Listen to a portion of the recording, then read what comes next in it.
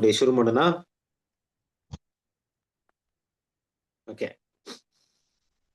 ನಮಸ್ತೆ ಬ್ರದರ್.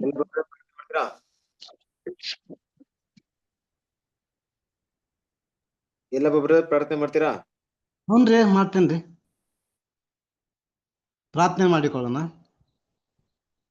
ಮೋಹನತನೋ ಸರ್ವಶಕ್ತನೋ ಅಗಮ್ಯ ಬೆಳಕಿನಲ್ಲಿ ವಾಸ ಮಾಡುವ ನಮ್ಮ ಪರಲೋಕ ತಂದೆ, ನಿಮ್ಮ ಅತಿ ಪರಿಶುದ್ಧ ನಾಮಕ್ಕೆ ಮಹಿಮೆ ಉಂಟಾಗದಪ್ಪ. ತಂದೆ ಆದರೆ ಇದುವರೆಗೆ ನಮ್ಮನ್ನು ಒಂದು ಜೀವಿತರ ಸಂಖ್ಯೆ ಇಟ್ಟು ನಮ್ಮೆಲ್ಲರನ್ನು ತಂದೆ ಕಾಯ್ದು ಕಾಪಾಡಿ ನಡೆಸಿದಕ್ಕಾಗಿ ಸಹ ಧನ್ಯವಾದ ತಂದೆ. ಅಲ್ಪರು ಅಯೋಗ್ಯರು ಆದಂಥ ನಮ್ಮ ಲೋಕದಿಂದ ಆಯ್ದುಕೊಂಡು ಒಂದು ಚಿಕ್ಕ ಗುಂಪಾಗಿ ಕೂಡಿಸಿ ತಂದೆ, ಪ್ರತಿದಿನ ನಿಮ್ಮ ದಾಸರ ಮುಖಾಂತರವಾಗಿ ನಮಗೆ ಸತ್ಯವಾಕ್ಯವನ್ನು ತಂದೆ ತಿಳಿಸಿದ್ದಕ್ಕಾಗಿ ಸಹ ಧನ್ಯವಾದ ತಂದೆ.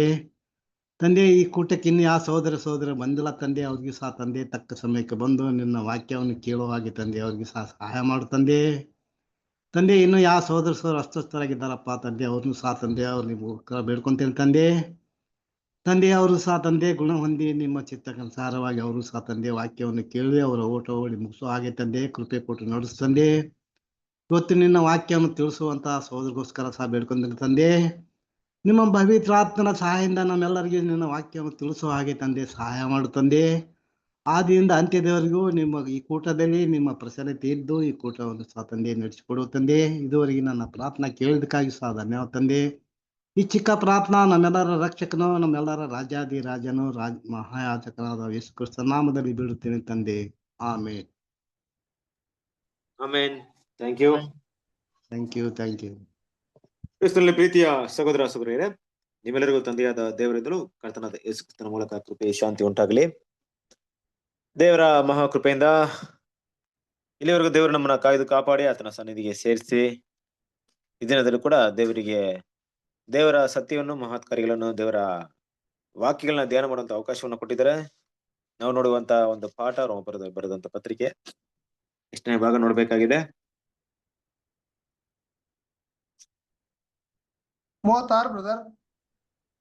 36 ಕರೆಕ್ಟಾ? 36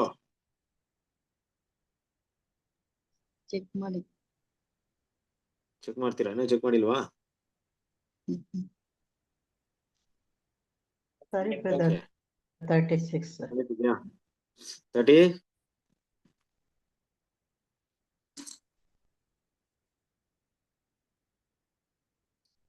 36 ಓಕೆ. 36ನೇ ಭಾಗ ಎಷ್ಟನೇ ಅಧ್ಯಾಯ ನೋಡ್ಬೇಕಾಗಿದೆ? 36 ಎಷ್ಟನೇ ಅಧ್ಯಾಯ ನೋಡ್ಬೇಕಾಗಿದೆ? ಅಧ್ಯಾಯದಿಂದ ಪ್ರಾರಂಭ. 4ನೇ ಅಧ್ಯಾಯ. 4ನೇ ಅಧ್ಯಾಯ ಮುಗೀತು, 5ನೇ ಅಧ್ಯಾಯ ಶುರು ಮಾಡೋದು. ಓಕೆ, ಕ್ರಿಸ್ತನ ಪ್ರೀತಿಯ ಸರಸರಿದೆ. ಹಾಗಾಗಿ ಇವತ್ತು ಮೇ ಬಿ ನಿಮ್ಗೆ PPT ಸಿಗಲ್ಲ, ಸೊ ಸ್ಕ್ರೀನ್ ಅಲ್ಲಿ ನಿಮ್ಗೆ ಮೋಸ್ಟ್ಲಿ ಬರಲ್ಲ. ಹಾಗೆ ನಾವು ಸ್ಟಡಿ ಮಾಡೋಣ, ದಯವಿಟ್ಟು ಕ್ಷಮಿಸ್ಕೊಳ್ಳಿ. ಸೊ ನಾನು ಪ್ರತಿ ಸರಿ ಅದನ್ನ ಸ್ಟಡಿ ಮಾಡ್ಬೇಕು, ಮೊದಲು ಸ್ಟಡಿ ಮಾಡಾದ್ಮೇಲೆ ಅದನ್ನ ಪ್ರಿಪೇರ್ ಮಾಡ್ಬೇಕು. ಸ್ವಲ್ಪ ಲೇಟ್ ಆಗ್ಬಿಡ್ತೀವಿ. ಓಕೆ, ಇಲ್ಲಿ ದೇವ್ರು ನಡೆಸ್ತಾರೆ. ಸೊ ವಾಕ್ಯವನ್ನ ಓದೋಣ. ರೋಮಪುರದವರಿಗೆ 5ನೇ ಅಧ್ಯಾಯ 1ನೇ ವಾಕ್ಯವನ್ನ ಓದೋಣ. ಹೀಗಿರಲಾಗಿ ನಾವು ನಂಬಿಕೆಯಿಂದ ನೀತಿವಂತರಾದ ಕಾರಣ ನಮ್ಮ ಕರ್ತನಾದ ಯೇಸು ಕ್ರಿಸ್ತನ ಮೂಲಕ ದೇವರಿಗೆ ಉಂಟಾದ ಸಮಾಧಾನದಲ್ಲಿ ಸೇರೋಣ. ಓಕೆ, ಸೊ 5ನೇ ಒಂದು ವಾಕ್ಯ ಹೇಳ್ಬೇಕಾದ್ರೆ ಇಲ್ಲಿ ಅಪೊಸ್ತಲ ಪಾಲ್ ನಮ್ಮ ಕರ್ತನಾದ ಯೇಸು ಕ್ರಿಸ್ತನ ಒಂದು ತ್ಯಾಗದ ವಿಷಯವಾಗಿ, ನಮಗೆ ಸಿಕ್ಕಿದಂತ ಒಂದು ಕೃಪೆಯ ವಿಷಯವಾಗಿ ಹಲವಾರು ವಿಷಯಗಳನ್ನ ಮಾತಾಡೋದನ್ನ ನಾವು ನೋಡ್ಬೋದು ಅಲ್ವಾ?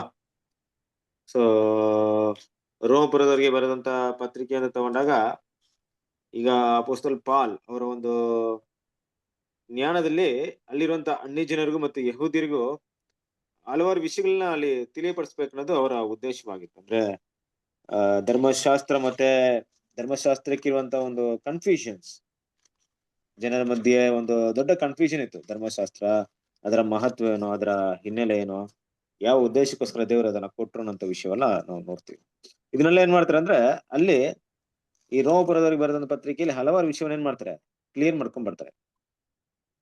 ಆಗ ದೇವ್ರ ಮಕ್ಕಳು ಅದ ನಂಬಿಕೆಯಿಂದಲೇ ನಾವು ನೀತಿವಂತರಾಗ್ತೀವಿ ಅನ್ನೋಂತ ಒಂದು ಪಾಠವನ್ನ ಇಲ್ಲಿ 5ನೇ ಅಧ್ಯಾಯದಲ್ಲಿ ಅವರು ಹೆಚ್ಚಾಗಿ ಮಾತಾಡಕ್ ಹೋಗ್ತಾರೆ. ಅದು ಮಾತ್ರವಲ್ಲ, ನಮಗೆ ತುಂಬಾ ಮುಖ್ಯವಾದಂತ ನಮ್ಮ ರಾನ್ಸಮ್ ಸಬ್ಜೆಕ್ಟ್ಗೆ ಸಂಬಂಧಪಟ್ಟಂತ ಆದಾಮನಿಂದ ಎಲ್ಲರಿಗೂ ಮರಣವಾಗುವಂತ ಕ್ರಿಸ್ತನಿಂದ ಎಲ್ಲರಿಗೂ ಪುನರ್ತನವಾಗುವುದು, ರಕ್ಷಣೆ ಆಗುವುದು ಅನ್ನೋ ವಿಷಯವನ್ನು ಕೂಡ ಏನ್ ಮಾಡ್ತಾರೆ ಈ 5ನೇ ಅಧ್ಯಾಯದಲ್ಲಿ ಯೇಸು ಕ್ರಿಸ್ತನ ಒಂದು ಬಲಿಯ ಒಂದು ಪ್ರಾಮುಖ್ಯತೆನ ಏನ್ ಮಾಡ್ತಾರೆ ಇಲ್ಲಿ ತಿಳಿಸ್ಕೊಡ್ತಾರೆ, ಕೃಪೆಯ ಪ್ರಾಮುಖ್ಯತೆನ ಏನ್ ಮಾಡ್ತಾರೆ ತಿಳಿಸ್ಕೊಡ್ತಾರೆ.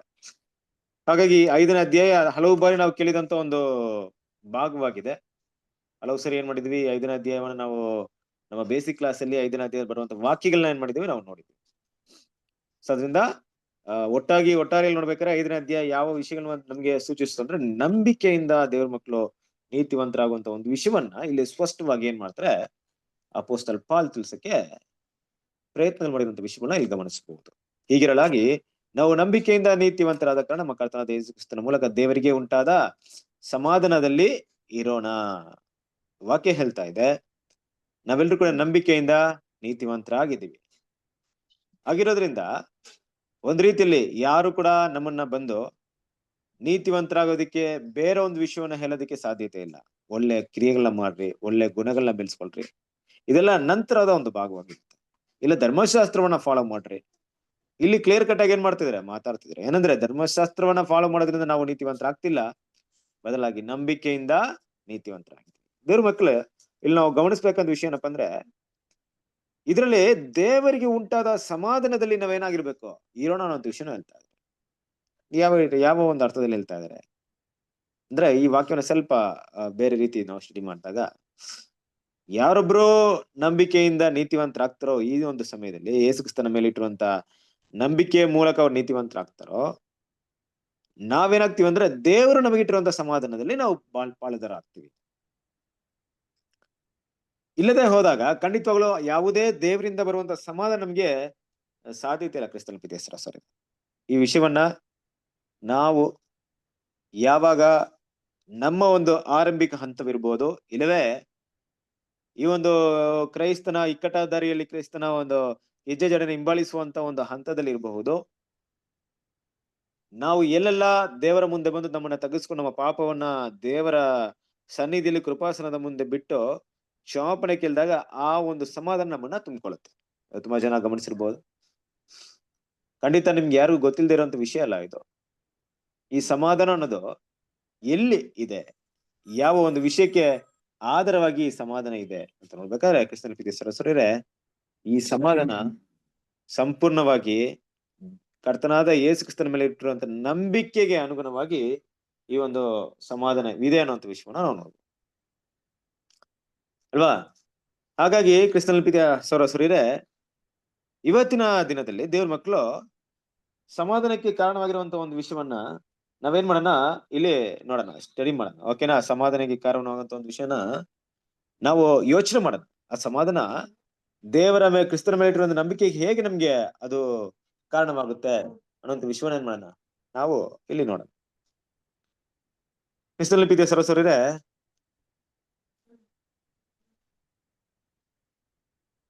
ಮೊದಲನೇದಾಗಿ ದೇವ್ರ ಮಕ್ಕಳು ನಾವು ನಮ್ಮ ಪಾಪಗಳನ್ನ ದೇವರಲ್ಲಿ ಅರಿಕೆ ಮಾಡಿ ಆತನ ಒಂದು ಸನ್ನಿಧಿಗೆ ಬರ್ತೀವಿ ಅಲ್ವಾ. ಆಗ ನಿಜವಾಗ್ಲೂ ನಮ್ಗೆ ಸಮಾಧಾನ ಇರುತ್ತೆ. ಅದ ನಂತರ ದಿನಗಳಲ್ಲಿ ನಾವು ಮತ್ತೆ ದೇವರೊಂದಿಗೆ ಇರುವಂತ ಸಮಾಧಾನವನ್ನ ಕಲ್ಕೊಳ್ಳೋದಕ್ಕೆ ಹಲವಾರು ಕಾರಣಗಳಿದೆ ಅನ್ನೋದನ್ನ ಅರ್ಥ ಮಾಡ್ಕೊಬೇಕು. ಹಲವಾರು ಸಾಧ್ಯತೆಗಳು ಇದೆ. ಯಾವ ಸಾಧ್ಯತೆಗಳಿದೆ ಅಂತ ನೋಡಿದಾಗ ಕ್ರಿಸ್ತನ ಪ್ರೀತಿಯ ಸಹೋದರರೇ ನೋಡ್ರಿ, ನಾವು ಎಲ್ರು ಕೂಡ ಮಾಂಸದಲ್ಲಿ ಇದ್ದೀವಿ, ಶರೀರದ ಬಲಹೀನತೆಯಲ್ಲಿದ್ದೀವಿ. ಆ ಒಂದು ಬಲಹೀನತೆಯಲ್ಲಿ ಇರ್ಬೇಕಾದ್ರೆ ದೇವ್ರ ಮಕ್ಕಳನ್ನ ಗಮನಿಸುವಂತ ವಿಷಯ ಏನಪ್ಪಾ ಅಂದ್ರೆ ನಾವು ಪ್ರತಿ ಒಂದು ಸಮಯದಲ್ಲೂ ಲೋಕ, ಸೈತಾನ ಮತ್ತೆ ನಮ್ಮ ಮಾಂಸದ ಬಲಹೀನತೆಗಳಿಂದ ನಾವು ಏನಾಗ್ತೀವಿ ಶೋಧನೆಗಳು ಪಡುವಂತ ವಿಷಯಗಳು ನಮ್ಗೆ ಇದ್ದೇ ಇರುತ್ತೆ. ಸೊ ಇದು ಒಂದು ದಿನ ನಮ್ಗೆ ಇದರಿಂದ ಬಿಡಿದ್ಯಾ? ಒಂದು ದಿನ ಅಂದ್ರೆ ನಾವು ಕೆಲ್ಸಕ್ಕೆ ಹೋಗಿ ರಜೆ ತಗೊಳತ್ತರ ಇವತ್ತು ನನಗೆ ಸೈತಾನದಿಂದ ಇಲ್ಲವೇ ಮಾಂಸದಿಂದ ಈ ಲೋಕದಿಂದ ಯಾವುದೇ ರೀತಿಯ ನನಗೆ ಅಡಚಣೆಗಳು ಇಲ್ಲವೇ ಶೋಧನೆಗಳು ಬರಲ್ಲ, ಇವತ್ತು ನನಗೆ ರಜಾ ಅಂತ ಏನಾದ್ರು ಹೇಳಕ್ಕಾಗುತ್ತಾ ದೇವ್ರ ಮಕ್ಳು? ಸಾಧ್ಯತೆ ಇಲ್ಲ. ನಮ್ಗೆ ಒಂದು ದಿನ ದೇವ್ರೆ ಈ 3 ಶತ್ರುಗಳಿಂದ ಒಂದು ದಿನ ಬಿಡುಗಡೆ ಕೊಡ್ರಿ, ನಾವು ಸ್ವಲ್ಪ ರಿಲ್ಯಾಕ್ಸ್ ಆಗ್ಬೇಕು ದೇವ್ರ ಹತ್ರ, ಆತರ ಪ್ರಾರ್ಥನೆ ಮಾಡಕ್ಕಾಗುತ್ತಾ? ಇಲ್ವೇ ಇಲ್ಲ. ಅಂದ್ರೆ ದೇವರ ಮಕ್ಕಳಿಗೆ ಇಲ್ಲಿ ಏನಿದೆಯಪ್ಪ ಅಂತ ನೋಡಿದ್ರೆ ಆ ಒಂದು ಸೈತಾನನ ಜೊತೆಗಿರ್ಬೋದು ಅಲ್ವಾ, ಲೋಕದ ಜೊತೆಗಿರ್ಬೋದು, ನಮ್ಮ ಮಾಂಸದ ಜೊತೆಗಿರ್ಬೋದು, ಪ್ರತಿದಿನ ಹೋರಾಟ ಇದ್ದೇ ಇದೆ. ಇದನ್ನ ನಾವು ಇಲ್ಲ ಅಂತ ಹೇಳಕ್ಕೆ ಸಾಧ್ಯತೆ ಇಲ್ಲ. ಸದುಸೇರ ಪರಿಸರ ಹಾಗೆ ಇಲ್ಲವೇ ಅನೇಕ ಒಂದು ಇಸ್ರೇಲ್ ಜನರು ದೇವರ ದೃಷ್ಟಿಯಲ್ಲಿ ಮಾಡಿದ ಹಾಗೆ ಗುಣಗಳನ್ನ ದೇವರ ಮಕ್ಕಳನ್ನ ಬೆಳೆಸ್ಕೊಳ್ಳೋ ಆಗಿಲ್ಲ. ಏನಪ್ಪಾ ಅವ್ರು ಮಾಡಿದಂತ ಒಂದು ಗುಣ ಅಂತ ನೋಡಿದಾಗ ಕ್ರಿಸ್ತನ ಪ್ರೀತಿ ಹೆಸರೇ ಅದನ್ನೇ ನಾವು ಏನ್ ಮಾಡ್ತೀವಿ ಅಂದ್ರೆ, ನಾವು 1 ಯೋಹನನಲ್ಲಿ ಓದ್ತೀವಿ. ಆ ವಾಕ್ಯವನ್ನು ಓದೋಣ. 1 ಯೋಹನ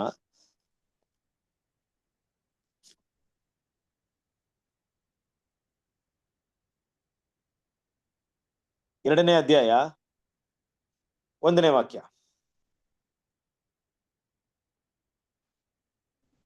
ನನ್ನ ಪ್ರಿಯರಾದ ಮಕ್ಕಳೇ, ನೀವು ಪಾಪ ಮಾಡದಂತೆ ಈ ಮಾತುಗಳನ್ನು ನಿಮಗೆ ಬರೆಯುತ್ತೇನೆ. ಯಾವನಾದರೂ ಪಾಪ ಮಾಡಿದರೆ ತಂದೆಯ ಬಳಿಯಲ್ಲಿ ನೀತಿವಂತನಾದ ಯೇಸು ಕ್ರಿಸ್ತನೆಂಬ ಮಹಾ ಯಾಜಕನು ನಮಗಿದ್ದಾನೆ. ಅಲ್ವಾ? ನೋಡ್ರಿ, ನನ್ನ ಪ್ರಿಯರಾದ ಮಕ್ಕಳು, ನೀವು ಪಾಪ ಮಾಡದಂತೆ ಇವುಗಳನ್ನು ಬರೆಯುತ್ತೇನೆ. ಯಾವನಾದ್ರೂ ಪಾಪ ಮಾಡಿದ್ರೆ ತಂದೆಯ ಬಳಿಯಲ್ಲಿ ನೀತಿವಂತನಾದ ಯೇಸು ಕ್ರಿಸ್ತನೆಂಬ ಮಹಾ ಯಾಜಕನು, ಸಹಾಯಕನು ನಮಗಿದ್ದಾನೆ ಅಂತ ಹೇಳ್ತಿದ್ರು. ಅಂದ್ರೆ ದೇವರ ಮಕ್ಳು ಏನ್ ಮಾಡಂಗಿಲ್ಲ, ಇಲ್ಲಿ ಪಾಪ ಮಾಡಲ್ಲ. ದೇವರ ಮಕ್ಳು ಪಾಪ ಮಾಡಲ್ಲ ಅನ್ನೋಂಥ ವಿಷಯ ಹೇಳ್ತಾರೆ. ಇನ್ನು ಕೂಡ ಹೋದಾಗ ನಾವು ಪಾಪ ದೇವರ ಮಕ್ಕಳು, ದೇವರಲ್ಲಿ ಹುಟ್ಟಿದವರೆಲ್ಲ ಏನ್ ಮಾಡ್ತಾರೆ, ಪಾಪವನ್ನ ಮಾಡಲ್ಲ ಅನ್ನೋ ವಿಷಯನ ಕೂಡ ಏನ್ ಮಾಡ್ತಾರೆ ಹೇಳ್ತಾರೆ ಅಲ್ವಾ. ಇಲ್ಲಿ ನಾವು ಅರ್ಥ ಮಾಡ್ಕೊಬೇಕಾದ ವಿಷಯ ಏನಪ್ಪಾ ಅಂದ್ರೆ, ನಾವು ಪಾಪನೇ ಮಾಡಲ್ಲ, ನಾವು ಪರಿಶುದ್ಧವಂತರು ಅನ್ನುವಂತ ಒಂದು ಭಾವನೆ ಖಂಡಿತವಾಗ್ಲೂ ದೇವ್ರ ಮಕ್ಕಳಿಗೆ ಯಾವಾಗ್ಲೂ ಇರಲ್ಲ ಅನ್ನೋದನ್ನ ಮೈಂಡ್ ಇಟ್ಕೊಂಡು, ನಾವು ತುಂಬಾ ಪರಿಶುದ್ಧವಂತರು, ಯಾವುದೇ ಪಾಪ ಮಾಡಲ್ಲ ಅಂತ. ಅದು ನಮ್ಮನ್ನ ತಪ್ಪಾದ ಒಂದು ಭಾವನೆನ ಇಲ್ಲಿ ತಿಳಿಸ್ಕೊಡುತ್ತೆ. ಅಂದ್ರೆ ಪ್ರತಿಯೊಬ್ಬರು ನಾವು ಪಾಪ ಮಾಡ್ತೀವಿ, ಆದ್ರೆ ಪಾಪವನ್ನೇ ಮಾಡಿಲ್ಲ ಅನ್ನೋಕ್ಕಿಂತ ಹೆಚ್ಚಾಗಿ ಮಾಡಿದ ಪಾಪದಿಂದ ಹೊರಗೆ ಬರೋದು ಒಂದು ವಿಷಯಗಳನ್ನ ಮಾಡ್ಬೇಕಾಗಿದೆ. ಅಂದ್ರೆ ಯಾವ ರೀತಿ ನೋಡಿ, ಅದನ್ನ ನಾನು ಹೇಳ್ದೆ, ನಾನು ಸದಸ್ಯರು ಪರಿಸರ ಬಗ್ಗೆ. ನೀವು ಇದನ್ನೇ ಈ ವಾಕ್ಯದಲ್ಲಿ 8ನೇ ವಾಕ್ಯನ ಹೋದ್ರಿ. 1 ಯೋಹನ 1ನೇ ಅಧ್ಯಾಯ 8ನೇ ವಾಕ್ಯ. ನಾನು ನಿಮಗೆ ಬರೆಯುವುದು ಹೊಸ ಅಪ್ಪಣೆ ಇದು, ಆತನಲ್ಲಿಯೇ ನಿಮ್ಮಲ್ಲಿಯೂ ಸತ್ಯವಾಗಿದೆ. ಹೇಗೆಂದರೆ 1 ಯೋಹನ 1ನೇ ಅಧ್ಯಾಯ 8ನೇ ವಾಕ್ಯ. ನಮ್ಮಲ್ಲಿ ಪಾಪವೆಂದು ನಾವು ಹೇಳಿದ್ರೆ ನಮ್ಮನ್ನು ನಾವೇ ವಶಪಡಿಸಿಕೊಳ್ಳುತ್ತೇವೆ ಮತ್ತು ಸತ್ಯ ನಮ್ಮಲ್ಲಿ. ಸರಿ, ಈ ವಾಕ್ಯ ಓದಿದ್ವಲ್ಲ, 8ನೇ ವಾಕ್ಯ. ಈ 8ನೇ ವಾಕ್ಯ ನಾವು ಓದಿದ್ವಿ. ಇದು ಯಾವಾಗ ಅನ್ವಯವಾಗುತ್ತೆ ದೇವ್ರ ಮಕ್ಳಿಗೆ? ಇದು ನಾವು ನೀತಿವಂತರ ಮೊದ್ಲು ಅನ್ವಯವಾಗುತ್ತಾ, ಇಲ್ಲ ನೀತಿವಂತರ ಆದ್ಮೇಲೆ ನಮ್ಮ ಬಲಿಯ ಜೀವಿತದಲ್ಲಿ ಈ ವಾಕ್ಯ ಅನ್ವಯವಾಗುತ್ತಾ? ಯಾವಾಗ ಅನ್ವಯವಾಗುತ್ತೆ? ನಾವಂತರ ಆದ್ಮೇಲೆ ಅನ್ವಯ ಆಗ್ತದೆ ಬ್ರದರ್. ಓಕೆ, ಅಂದ್ರೆ ನಾವು ಯೇಸು ಕ್ರಿಸ್ತನ ಹತ್ರ ಬರೋದಕ್ಕಿಂತ ಮೊದ್ಲು ಅನ್ವಯವಾಗಲ್ಲ, ಯೇಸು ಕ್ರಿಸ್ತನ ಬಂದ್ಮೇಲೆ ಅನ್ವಯವಾಗುತ್ತಾ? ಹೌದು ಬ್ರದರ್, ಅಂದ್ರೆ ಬಿ ಪಾಪ ಮಾಡ್ತಾ, ಹಂಗಾಗಿ ನಾವು ಒಪ್ಕೊಳ್ಬೇಕಾಗ್ತದೆ. ಓಕೆ, ಅಂದ್ರೆ ನಮ್ಮ ಈ ವಾಕ್ಯದ ಪ್ರಕಾರ ನಾವು ಪಾಪ ಮಾಡ್ತಾನೆ ಇರ್ತೀವಿ ಅಂತ ಅರ್ಥ ಬರುತ್ತಾ? ಪಾಪ ಮಾಡ್ಬೇಕಂತ ಏನಿಲ್ಲ ಬ್ರದರ್, ಅನಿವಾರ್ಯ ಯಾವಾಗಾದ್ರ ನಮ್ಮಿಂದ ತಪ್ಪುಗಳಾಗ್ತಾವಲ್ಲ, ನಾವ್ ಹಂಗಾಗಿ ಪಾಪ ಇಲ್ಲ ಅಂತ ನಾವು ಹೇಳಲಿಕ್ಕೆ ಆಗಲ್ಲ. ಓಕೆ, ನೋಡಿ, ಇಲ್ಲಿ ಗಮನದಲ್ಲಿ ನೋಡ್ಬೇಕಂತ ವಿಷಯ ಏನಪ್ಪಾ ಅಂದ್ರೆ, ದೇವರ ಮಕ್ಕಳು ನಮ್ಮಲ್ಲಿ ಪಾಪವಿಲ್ಲವೆಂದು ನಾವು ಹೇಳಿದ್ರೆ ನಮ್ಮನ್ನು ನಾವೇ ಮೋಸ ಪಡಿಸಿಕೊಳ್ಳುತ್ತೇವೆ. ಓಕೆ, ಒಂದ್ ರೀತಿಯಲ್ಲಿ ವಿಷಯವನ್ನ ಯಾವ ರೀತಿ ಅರ್ಥ ಮಾಡ್ಕೊಬಹುದು ಅಂದ್ರೆ, ಯೇಸು ಕ್ರಿಸ್ತನ ಹತ್ರ ಬರಕ್ಕಿಂತ ಮುಂಚಿತವಾಗಿ ಇಲ್ಲ ನಾನ್ ಪರ್ಫೆಕ್ಟ್ ಅಂತ ಹೇಳಕ್ಕಾಗಲ್ಲ, ಕರೆಕ್ಟ್. ಆದ್ರೆ ಯೇಸು ಕ್ರಿಸ್ತನ ಹತ್ರ ಬಂದ್ಮೇಲೆ, ನೀತಿವಂತನಾದ್ಮೇಲೆ, ದೇವರಿಗೋಸ್ಕರ ನಾನು ಜೀವನ ಮಾಡ್ತಿರ್ಬೇಕಾದ್ರೆ, ಮರಣದವರೆಗೂ ನಂಬಿಗಸ್ತನಾಗಿ ಹೋಗ್ಬೇಕಾದ್ರೆ, ಆಗ್ಲೂ ಕೂಡ ಈ ವಾಕ್ಯನ ನಾನು ಹೇಳಿದ್ರೆ ಕರೆಕ್ಟ್ ಇರುತ್ತಾ ತಪ್ಪಿರುತ್ತಾ? ನಾನು ಪಾಪವಿಲ್ಲ ಅಂತ ಹೇಳ್ಬಹುದಾ, ಇಲ್ಲ ಪಾಪಿ ಅಂತಾನೆ ಹೇಳ್ಬೇಕಾಗುತ್ತೆ? ತಪ್ಪಿರುತ್ತೆ ಬ್ರದರ್, ಬಂದ ಮೇಲೆ ನಾವು ಆತರ ಹೇಳಕ್ ಹೋಗ್ಬಾರ್ದು. ಅಂದ್ರೆ ಕ್ರಿಸ್ತನ ಪ್ರೀತಿ ಹೆಸರೇ ಸಾಯುವ ತನಕ ನಮ್ಮಲ್ಲಿ ಏನಿರುತ್ತೆ ಅಂದ್ರೆ, ಲೋಪದೋಷಗಳು ನಮ್ಮ ಶರೀರದಲ್ಲಿ ಬಲಹೀನತೆಯಲ್ಲಿ ಇದ್ದೇ ಇರುತ್ತೆ. ಆದ್ರಿಂದ ನಮ್ಮಲ್ಲಿ ಪಾಪವಿಂದವಿಲ್ಲ ಅಂತ ಹೇಳೋದು ಏನಾಗುತ್ತೆ, ನಮ್ಮನ್ನೇ ನಾವು ಮೋಸ ಪಡಿಸ್ಕೊಳ್ತೇವೆ. ಇದೇ ಸದುಸೇರ ಪರಿಸರ ಕ್ಯಾರೆಕ್ಟರ್. ಅವರು ಏನ್ ತಿಳ್ಕೊಂಡ್ಬಿಟ್ಟಿದ್ರು? ಪರ್ಫೆಕ್ಟ್ ಅಂತ ತಿಳ್ಕೊಂಡ್ಬಿಟ್ರು. ಕರೆಕ್ಟಾ? ಅವ್ರೇನ್ ತಿಳ್ಕೊಂಡ್ಬಿಟ್ಟಿದ್ರು ಅಂದ್ರೆ, ಧರ್ಮಶಾಸ್ತ್ರದ ಆಚಾರ ವಿಚಾರಗಳನ್ನ ಫಾಲೋ ಮಾಡೋದನ್ನ ಬಿಟ್ಬಿಟ್ಟು ಏನ್ ಮಾಡಿದ್ರು ಅಂದ್ರೆ, ಆ ಆಚಾರ ವಿಚಾರಗಳನ್ನ ಫಾಲೋ ಮಾಡೋ ತರ ನಟನೆ ಮಾಡುವಂತ ಒಂದು ಸಿದ್ಧಾಂತಗಳನ್ನ ಅವರೇ ರೆಡಿ ಮಾಡ್ಕೊಂಡ್ಬಿಟ್ರು. ನೋಡ್ರಿ, ನಾನು ಇದ್ ಮಾಡಿದ್ರೆ ಇದ್ ಮಾಡಿದ್ದೇನೆ, ಧರ್ಮಶಾಸ್ತ್ರವನ್ನ ತೆಗೆದಿಟ್ಬಿಟ್ರು. ದೇವ್ರು ಕೊಟ್ಟಂತ ಆಜ್ಞೆ ವಿಧಿಗಳನ್ನ ಫಾಲೋ ಮಾಡ್ಲಿಲ್ಲ, ಮಿಸ್ಟೇಕ್ ಮಾಡ್ತಿದ್ರು ಅದ್ರಲ್ಲಿ. ಆದ್ರೆ ಅದು ಗೊತ್ತು ನನಗೆ ಫಾಲೋ ಮಾಡಕ್ಕಾಗಲ್ಲ, ಆದ್ರೆ ಇದನ್ನ ಫಾಲೋ ಮಾಡಿದ್ರೆ ಅದನ್ನ ಫಾಲೋ ಮಾಡತಾರ ಅನ್ನುವಂತ ಒಂದು ಹೊರನೋಟಕ್ಕಿರುವಂತ ತೋರಿಕೆ ವಿಷಯಗಳನ್ನ ಏನ್ ಮಾಡಿದ್ರು, ಅವ್ರಿಗೆ ಮನುಷ್ಯ ಬೋಧಗಳನ್ನ ಕಲ್ಪನೆ ಕ್ರಿಯೇಟ್ ಮಾಡ್ಕೊಂಡ್ಬಿಟ್ರು. ಅದನ್ನ ಇಟ್ಕೊಂಡ್ಬಿಟ್ಟು ಏನ್ ತಿಳ್ಕೊಂಡ್ಬಿಟ್ಟಿದಾರೆ ಅವರು, ನಾವು ಪರಿಶುದ್ಧವಂತರು, ನಾವು ನೀತಿವಂತರು, ನಾವು ಪರ್ಫೆಕ್ಟ್, ನಾವು ಅಬ್ರಾಹ್ಮಣ ಮಕ್ಕಳು, ನಮ್ಮಲ್ಲಿ ಪಾಪವಿಲ್ಲ ಅನ್ನೋ ಒಂದು ಗುಣಗಳನ್ನ ಅವರು ಬೆಳೆಸ್ಕೊಂಡ್ಬಿಟ್ರು ಅಲ್ವಾ. ಅದು ದೇವರಿಗೆ ಕಪಟ ರೀತಿಯಾದಂತ ಒಂದು ಗುಣ. ಸೊ ದೇವ್ರ ಮಕ್ಕಳು ನಾವು ಕೂಡ ಇದೇ ರೀತಿಯಾದಂತ ಒಂದು ಗುಣನ ಇಲ್ಲಿ ಬೆಳೆಸ್ಕೊಳ್ಳೋದು ಒಳ್ಳೆ ವಿಷಯಗಳಲ್ಲ. ಅದಕ್ಕೆ ನಾವು ವಾಕ್ಯದಲ್ಲಿ ನೋಡ್ಬೇಕಾದ್ರೆ ವಾಕ್ಯ ನಮ್ಗೆ ಏನಂತ ಹೇಳ್ತಿದೆ, ರೋಮಪುರದ ಬರೆದ ಪತ್ರಿಕೆಯಲ್ಲಿ, ಹೀಗಾಗಿ ನಾವು ನಂಬಿಕೆಯಿಂದ ನೀತಿವಂತರಾದ ಕಾರಣ ನಮ್ಮ ಕರ್ತನಾದ ಯೇಸು ಕ್ರಿಸ್ತನ ಮೂಲಕ ದೇವರಿಂದ ಉಂಟಾದ ಸಮಾಧಾನದಲ್ಲಿ ಇರೋಣ. ಈ ಸಮಾಧಾನವನ್ನ ನಾವು ಕಾಪಾಡ್ಕೊಳ್ಬೇಕು. ಈ ಸಮಾಧಾನ ಕಾಪಾಡ್ಕೊಬೇಕು ಆದ್ರೆ ಮೊದಲನೇದಾಗಿ ನಂಬಿಕೆಯಿಂದ ನೀತಿವಂತರಾಗಿದ್ದೀರಾ, ಆದ್ರೆ ಆದ ಮೇಲೂ ಕೂಡ ಈ ಸಮಾಧಾನ ಕಲ್ಕೊಳ್ಳುವಂತ ಅನೇಕ ಸನ್ನಿವೇಶಗಳು ಬರುತ್ತೆ. ನೀವು ಪಾಪ ಮಾಡ್ಬೇಕಾಗುತ್ತೆ, ಅಂದ್ರೆ ಪಾಪ ಮಾಡ್ಬೇಕಲ್ಲ, ಸರಿ, ಪಾಪವನ್ನ ಮಾಡುವಂತ ಸನ್ನಿವೇಶಗಳು ಬರುತ್ತೆ. ಆ ಒಂದು ಸನ್ನಿವೇಶದಲ್ಲಿ ನಾವು ಮಾಡಿದಂತ ತಪ್ಪುಗಳು, ದೋಷಗಳು ಏನೆಲ್ಲ ಇರುತ್ತೋ, ದೇವ್ರ ಮಕ್ಕಳು ಅದನ್ನ ರಿಯಲೈಸ್ ಮಾಡ್ಬೇಕು. ಯಾಕೆ ರಿಯಲೈಸ್ ಮಾಡ್ಬೇಕಂದ್ರೆ, ದೇವ್ರು ಕೊಟ್ಟಿರುವಂತ ಈ ಸಮಾಧಾನದಲ್ಲಿ ನಾವು ನೆಲೆಗೊಳ್ಳಿರ್ಬೇಕಂದ್ರೆ ಅದನ್ನ ರಿಯಲೈಸ್ ಮಾಡಿ, ಅದನ್ನ ಕಂಡಿಡಿದು ದೇವರ ಸನ್ನಿಧಿಯಲ್ಲಿ ಅರಿಕೆ ಮಾಡಿ ಅದನ್ನ ಬಿಟ್ಟು ಮುಂದುವರೆದು ಹೋಗ್ಬೇಕಾಗುತ್ತೆ. ಆಗ ಮಾತ್ರ ದೇವ್ರ ಮಕ್ಳು ಏನಾಗ್ತೀವಿ ಅಂದ್ರೆ ಈ ಸಮಾಧಾನದಲ್ಲಿ ನಾವು ನೆಲೆಗೊಂಡಿರ್ತೀವಿ. ಇಲ್ದಿದ್ರೆ ಏನಾಗುತ್ತೆ, ಈ ಸಮಾಧಾನ ನಮ್ಮನ್ನ ಬಿಟ್ಟು ಹೊರಟೋಗಿರುತ್ತೆ. ಇದು ಸಮಾಧಾನ ಅನ್ನೋದು ಒಂದು ಸೈನ್, ಒಂದು ಗುರುತು. ಏನ್ ಗುರುತಪ್ಪ ಸಮಾಧಾನ? ಅದು ನಮ್ಗೆ ಏನ್ ಗುರುತಂದ್ರೆ ನಾನು ದೇವರ ಹತ್ತಿರ ಇದ್ದೀನ, ದೇವರಿಂದ ದೂರವಾಗಿದ್ದೀನ ಅನ್ನೋದನ್ನ ಈ ಸಮಾಧಾನ ಅನ್ನುವಂತ ಒಂದು ಗುಣ, ನಮ್ಮಲ್ಲಿ ಇರುವಂತಹ ದೈವಿಕ ಸಮಾಧಾನ ನಮಗೆ ತೋರಿಸ್ಕೊಡುತ್ತೆ. ನಾವೇನಾದ್ರೂ ಪಾಪ ಮಾಡಿ ದೇವರಿಗೆ ಇಡಿಸಿದ ಕೆಲಸ ಮಾಡಿದಾಗ ಈ ಸಮಾಧಾನದಲ್ಲಿ ಇರೋಕೆ ನಮ್ ಕೈಯಲ್ಲಿ ಆಗಲ್ಲ. ಅಸಮಾಧಾನ ಕ್ರಿಯೇಟ್ ಆಗ್ಬಿಡುತ್ತೆ. ಲೋಕದ ಸಂತೋಷ ಸಿಗ್ಬೋದು, ಆದ್ರೆ ದೇವ್ರು ಕೊಡುವಂತ ಸಮಾಧಾನ ಸಿಗಲ್ಲ. ಸೊ ದೇವ್ರು ಕೊಡುವಂತ ಸಮಾಧಾನ ಯಾವ್ದ್ರ ಮೇಲೆ ಅವಲಂಬಿತವಾಗಿ ನೋಡಿ, ವಾಕ್ಯ ಎಲ್ಲ ಪ್ರಕಾರ ಕರ್ತನಾದ ಯೇಸು ಕ್ರಿಸ್ತನ ಮೂಲಕ ದೇವರೊಂದಿಗೆ ಉಂಟಾದ ಸಮಾಧಾನ ಅಂತ ಹೇಳ್ತೇವೆ. ಅಂದ್ರೆ ದೇವರೊಂದಿಗೂ ಕರ್ತನಾದ ಯೇಸು ಕ್ರಿಸ್ತನೊಂದಿಗೂ ಅವರ ಸನ್ನಿಧಿಗೆ ನಾವು ಯಾವುದೇ ಮನಸಾಕ್ಷಿ ನಮ್ಮನ್ನ ನಿಂದಿಸದ ಹಾಗೆ ಹೋಗುವಂತ ಒಂದು ಅವಕಾಶ ಇದೆ ನೋಡಿ. ದೇವರ ಸನ್ನಿಧಿಗೆ ಹೋದಾಗ ಎರಡು ಮುಖ್ಯವಾದ ಕಾರಣಗಳು ಹೋಗ್ಬೇಕಾಗುತ್ತೆ. ಒಂದು, ನಾವು ಮಾಡಿದಂತ ತಪ್ಪುಗೋಸ್ಕರ ದೇವ್ರ ಹತ್ರ ಹೋಗಿ ಪಾಪ ಅರಿಕೆ ಮಾಡ್ಬೇಕಾಗುತ್ತೆ. ಇನ್ನೊಂದು, ಯಾವಾಗ ಹೋಗ್ತೀವಿ ದೇವ್ರ ಮಕ್ಳು ಸಹಜವಾಗಿ ಹೋಗ್ಬೇಕಾರಂತ ಎರಡು ವಿಷಯಗಳೇನು. ಒಂದು, ನಾವು ಮಾಡಿದಂತ ತಪ್ಪುಗೋಸ್ಕರ ದೇವ್ರ ಹತ್ರ ಕ್ಷಮಾಪಣೆ ಕೇಳ್ಬೇಕು, ತಿಳಿಯದೇ ಮಾಡಿದ ಬೆಲಹೀನತೆಯಿಂದ ಮಾಡಿದಂತ ತಪ್ಪುಗೋಸ್ಕರ. ಇನ್ನೊಂದು, ಏನಕ್ಕೆ ಹೋಗ್ತೀವಿ ದೇವ್ರ ಸನ್ನಿಧಿಯಲ್ಲಿ?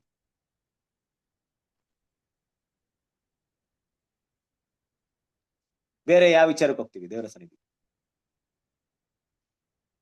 ನಮ್ಮ ಪ್ರಾರ್ಥನೆಯಲ್ಲಿ ಒಂದು, ನಮ್ಮ ತಪ್ಪನ್ನ ಕ್ಷಮಿಸಿ ಅಂತ ಮಾತಾಡಿರ್ತೀವಿ. ಇನ್ನೊಂದು ಏನ್ ಮಾತಾಡಿರ್ತೀವಿ? ಕೃತಜ್ಞತೆ, ದೇವರಿಗೆ ಕೃತಜ್ಞತೆ ಸಲ್ಲಿಸ್ತೀವಲ್ಲ. ಗುಡ್ ಅಲ್ವಾ? Thankful heart. ಅಂದ್ರೆ ದೇವರ ಸನ್ನಿಧಿಗೆ ನಾವು ಹೋಗ್ಬೇಕಾದ್ರೆ ದೇವರು ಇವತ್ತೆಲ್ಲ ನಮ್ಮನ್ನ ಕಾಯ್ದು ಕಾಪಾಡಿದಂತ ಹಲವಾರು ವಿಷಯಗಳಿಗೆ ಕೃತಜ್ಞತೆ ಸಲ್ಲಿಸ್ಬೇಕಾ, ಸಲ್ಲಿಸ್ಬಾರ್ದಾ? ಆ ಕೃತಜ್ಞತೆ ಭಾವನೆ ದೇವ್ರ ಮಕ್ಕಳಲ್ಲಿ ಯಾವಾಗ್ಲೂ ಇರ್ಬೇಕು. ಪ್ರತಿ ದಿನ, ಪ್ರತಿ ರಾತ್ರಿ ಅಲ್ವಾ, ದೇವರ ಸನ್ನಿಧಿಗೆ ಹೋಗಿ ನಮ್ಮನ್ನ ಇವತ್ತು ಕಾಯ್ದು ಕಾಪಾಡಿದ್ವಿ. ಈ ಕಾಯ್ದು ಕಾಪಾಡ್ಕೊಂಡ್ ಬಂದಿರೋಂಥ ವಿಷಯದಲ್ಲಿ ಅದು ಮಾಂಸಿಕವಾದ ವಿಷಯಗಳೇ ತುಂಬಾ ಇರ್ಬಾರ್ದು. ದೇವರ ಒಳ್ಳೆ ಊಟ ಕೊಟ್ರಿ, ಒಳ್ಳೆ ಬಟ್ಟೆ ಕೊಟ್ರಿ, ಒಳ್ಳೆ ನಿದ್ದೆ ಕೊಟ್ರಿ, ಇವತ್ತು ಚೆನ್ನಾಗಿ ಕಾಪಾಡ್ಕೊಂಡ್ಬಿಟ್ರಿ, ನನ್ಗೇನು ರೋಗ ಬರ್ಲಿಲ್ಲ, ಏನು ಆಗ್ಲಿಲ್ಲ, ಅಪಾಯ ಆಗ್ಲಿಲ್ಲ, ಎಲ್ಲೂ ನಾನು ಬೀಳಿಲ್ಲ, ಎಲ್ಲೂ ನನ್ಗೇನು ಯಾರು ನನ್ಗೇನು ಮಾಡಿಲ್ಲ, ನನ್ನ ತಂಟೆಗೆ ಯಾರು ಬರ್ಲಿಲ್ಲ, ಅದೆಲ್ಲ ಆ ರೀತಿಯಾದಂತ ವಿಷಯಗಳಲ್ಲ. ದೇವ್ರ ಮಕ್ಳು ಏನ್ ಮಾಡ್ಬೇಕಂದ್ರೆ, ಇವತ್ತು ನಾನು ನಿಮಗೆ ಮೆಚ್ಚುಗೆಯಾಗಿ, ನಿಮ್ಮ ಒಂದು ವಿಷಯಗಳಿಗೆ ನೀವು ಮೆಚ್ಚುಗೆ ಅಂತ ರೀತಿಯಲ್ಲಿ ನಡ್ಕೊಂಡೇ ದೇವ್ರೆ, ನಡ್ಕೊಳ್ಳುವಂತ ಅವಕಾಶ ಕೊಟ್ರಿ, ಹಲವಾರು ವಿಷಯಗಳನ್ನ ನಾನು ಜಯಿಸಕ್ಕೆ ಬಲ ಕೊಟ್ರಿ ದೇವ್ರೆ, ನೀವು ಕೃಪೆ ಕೊಟ್ಟಿದ್ರಿಂದ ಈ ಒಂದು ಕೆಲಸ, ನಿಮ್ಗೆ ಮೆಚ್ಚುಗೆ ಕೆಲಸನ ನಾನು ಮಾಡಿ ಮುಗಿಸಕ್ಕೆ ನನಗೆ ಅನುಕೂಲವಾಯ್ತು. ಇಂತಹ ಎಷ್ಟು ವಿಷಯಗಳನ್ನ ದೇವ್ರ ಹತ್ರ ನಾವು ಥ್ಯಾಂಕ್ಸ್ ಹೇಳ್ತೀವಿ. ಇದು ದೇವರೊಂದಿಗಿರುವಂತಹ ಸಮಾಧಾನವನ್ನ ಹೆಚ್ಚಿಸುತ್ತೆ. ಆದ್ರೆ ಪಾಪ ಕ್ಷಮಾಪಣೆ ಕೇಳೋದು ಸಮಾಧಾನ, ಕಳ್ಕೊಂಡಿರೋಂಥ ಸಮಾಧಾನ ಮತ್ತೆ ಸ್ಥಾಪಿಸುತ್ತೆ. ಕೃತಜ್ಞತೆ ಹೇಳೋದು ಇರುವಂತ ಸಮಾಧಾನವನ್ನು ಇನ್ನೂ ಅಭಿವೃದ್ಧಿ ಪಡಿಸುತ್ತೆ. ಎರಡಕ್ಕೂ ಕೂಡ ಡಿಫ್ರೆಂಟ್ ಇದೆ ಕ್ರಿಸ್ತನ ಪ್ರಿಯಸರ. ಸರಿ, ನಾವು ಅನೇಕ ಬಾರಿ ಬರೀ ಕ್ಷಮಾಪಣೆಗೆ ಹೋಗ್ತಾ ಇದೀವಿ ಅಂದ್ರೆ ಆ ಸಮಾಧಾನ ನಮ್ಮಲ್ಲಿ ಕಡಿಮೆ ಆಗ್ತಿದೆ ಅಂತ ಅರ್ಥ. ಆದ್ರೆ ದೇವರಿಗೆ ಥ್ಯಾಂಕ್ಸ್ ಎಲ್ಲ ಹೋಗ್ತಾ ಇರ್ತೀವಿ. ದೇವರೇ, ಇವತ್ತು ನಾವು ಒಬ್ಬ ನೂತನ ಸೃಷ್ಟಿಯಾಗಿ ಇರೋದಕ್ಕೆ ನನ್ಗೆ ಅವಕಾಶ ಕೊಟ್ರಿ. ನನ್ನ ದೃಷ್ಟಿಗೆಯಲ್ಲಿ, ನನ್ನ ಮನಸ್ಸಿಗೆ ತೋಚಿದ ಮಟ್ಟಿಗೆ ನಾನು ನನ್ನ ಒಂದು ಆಲೋಚನೆಯಲ್ಲೂ, ನನ್ನ ಮಾತಿನಲ್ಲೂ, ನನ್ನ ಕ್ರಿಯೆಯಲ್ಲೂ ಯಾವುದೇ ತಪ್ಪು ಮಾಡಿಲ್ಲ ದೇವ್ರೆ. ನನ್ನ ಆಲೋಚನೆಗೆ, ನನ್ನ ಮನಸ್ಸಿಗೆ ಬಂದಂತ ರೀತಿಯಲ್ಲಿ ನಾನು ಮಾಡಿಲ್ಲ ದೇವ್ರೆ ಅನ್ನುವಂತ ರೀತಿಯಲ್ಲಿ ದೇವರಿಗೆ ಒಂದು ಕೃತಜ್ಞತೆ ಸಲ್ಲಿಸಕ್ಕಾಗುತ್ತಾ? ಈ ರೀತಿ ನನ್ನ ಕಾಪಾಡಿದಿರಾ, ಈ ರೀತಿ ನಿಮ್ಮ ಕೃಪೆಯನ್ನು ಕೊಟ್ಟಿದ್ದೀರಾ ಅಂತ ಹೇಳಕ್ಕಾಗುತ್ತಾ ದೇವ್ರ ಮಕ್ಕಳು? ಅದು ದೇವರಿಗೆ ಮೆಚ್ಚುಗೆ ಅಂತ ಒಂದು ಪ್ರಾರ್ಥನೆ. ಅದೇ ಪ್ರತಿ ಸರಿನೂ ನಾವು ದೇವ್ರೆ, ನಾನು ಈ ತಪ್ಪು ಮಾಡ್ಬಿಟ್ಟೆ, ದೇವ್ರೆ ನಾನು ಆ ತಪ್ಪು ಮಾಡ್ಬಿಟ್ಟೆ, ದೇವ್ರೆ ನಾನು ಇಲ್ಲಿ ಕ್ಷಮಿಸ್ಬಿಡ್ರಿ, ಇವತ್ತು ಮಾಡ್ಬಾರ್ದಾಯ್ತು ಇದು ಮಾಡ್ಬಿಟ್ಟೆ, ಇವತ್ತು ಈ ತರ ಅಂದ್ರೆ ಇದನ್ನೇ ನಾನು ಹೇಳ್ತಾ ಇದ್ರೆ ಅದೇನದು? ಅದು ದೇವರಿಂದ ಸಮಾಧಾನ ಕಳ್ಕೊಳ್ಳಕ್ಕೆ ಸಾಧ್ಯತೆ ಉಂಟಾಯ್ತು. ಆದ್ರೂ ಕೂಡ ಏನ್ ಮಾಡ್ತೀನಿ, ಪ್ರಾರ್ಥನೆ ಮಾಡಿ ಸರಿ ಮಾಡಕ್ಕೆ ಪ್ರಯತ್ನ ಮಾಡ್ತೀನಿ. ಆ ಸಮಾಧಾನವನ್ನ ಮತ್ತೆ ಏನ್ ಮಾಡ್ತಾ ಇದ್ದೀನಿ, ದೇವರೊಂದಿಗೆ ಕನೆಕ್ಟ್ ಮಾಡಕ್ಕೆ ಪ್ರಯತ್ನ ಮಾಡ್ತಾ ಇದ್ದೀನಿ. ಈಗ ನಾನು ಕರೆಕ್ಟ್ ಅಲ್ವಾ? ಆದ್ರೆ ಇರುವಂತ ಸಮಾಧಾನ ಅಭಿವೃದ್ಧಿ ಪಡಿಸೋದು ಯಾವಾಗ? ಇರೋ ಸಮಾಧಾನನೇ ಅವಾಗ ಕಲ್ಕೊಂಡ್ ಮತ್ತೆ ಅಲ್ಲಿಗೆ ಬಂದು ನಿಂತ್ಕೊಬೇಕಾದ್ರೆ ಇರುವಂತ ಸಮಾಧಾನ ಅಭಿವೃದ್ಧಿ ಪಡಿಸಿ ಆ ಸಮಾಧಾನ ಬೇರೆಯವ್ರು ಕೊಡೋದು ಯಾವಾಗ? ಇದು ಬೇರೆ ತರ ಗುಣಗಳು. ದೇವ್ರ ಮಕ್ಕಳು ಇದನ್ನ ನಾವು ಕಲಿಬೇಕು. ನಮ್ಮ ಪ್ರಾರ್ಥನೆ ನಮ್ಮ ಬೆಳವಣಿಗೆನ ಸೂಚಿಸುತ್ತೆ. ಯಾಕೆ ನಾನು ಪ್ರಾರ್ಥನೆ ಬಗ್ಗೆ ಮಾತಾಡ್ತಾ ಇದ್ದೀನಿ ಕ್ರಿಸ್ತನ ಪಿತೆ ಸರಸರೇ?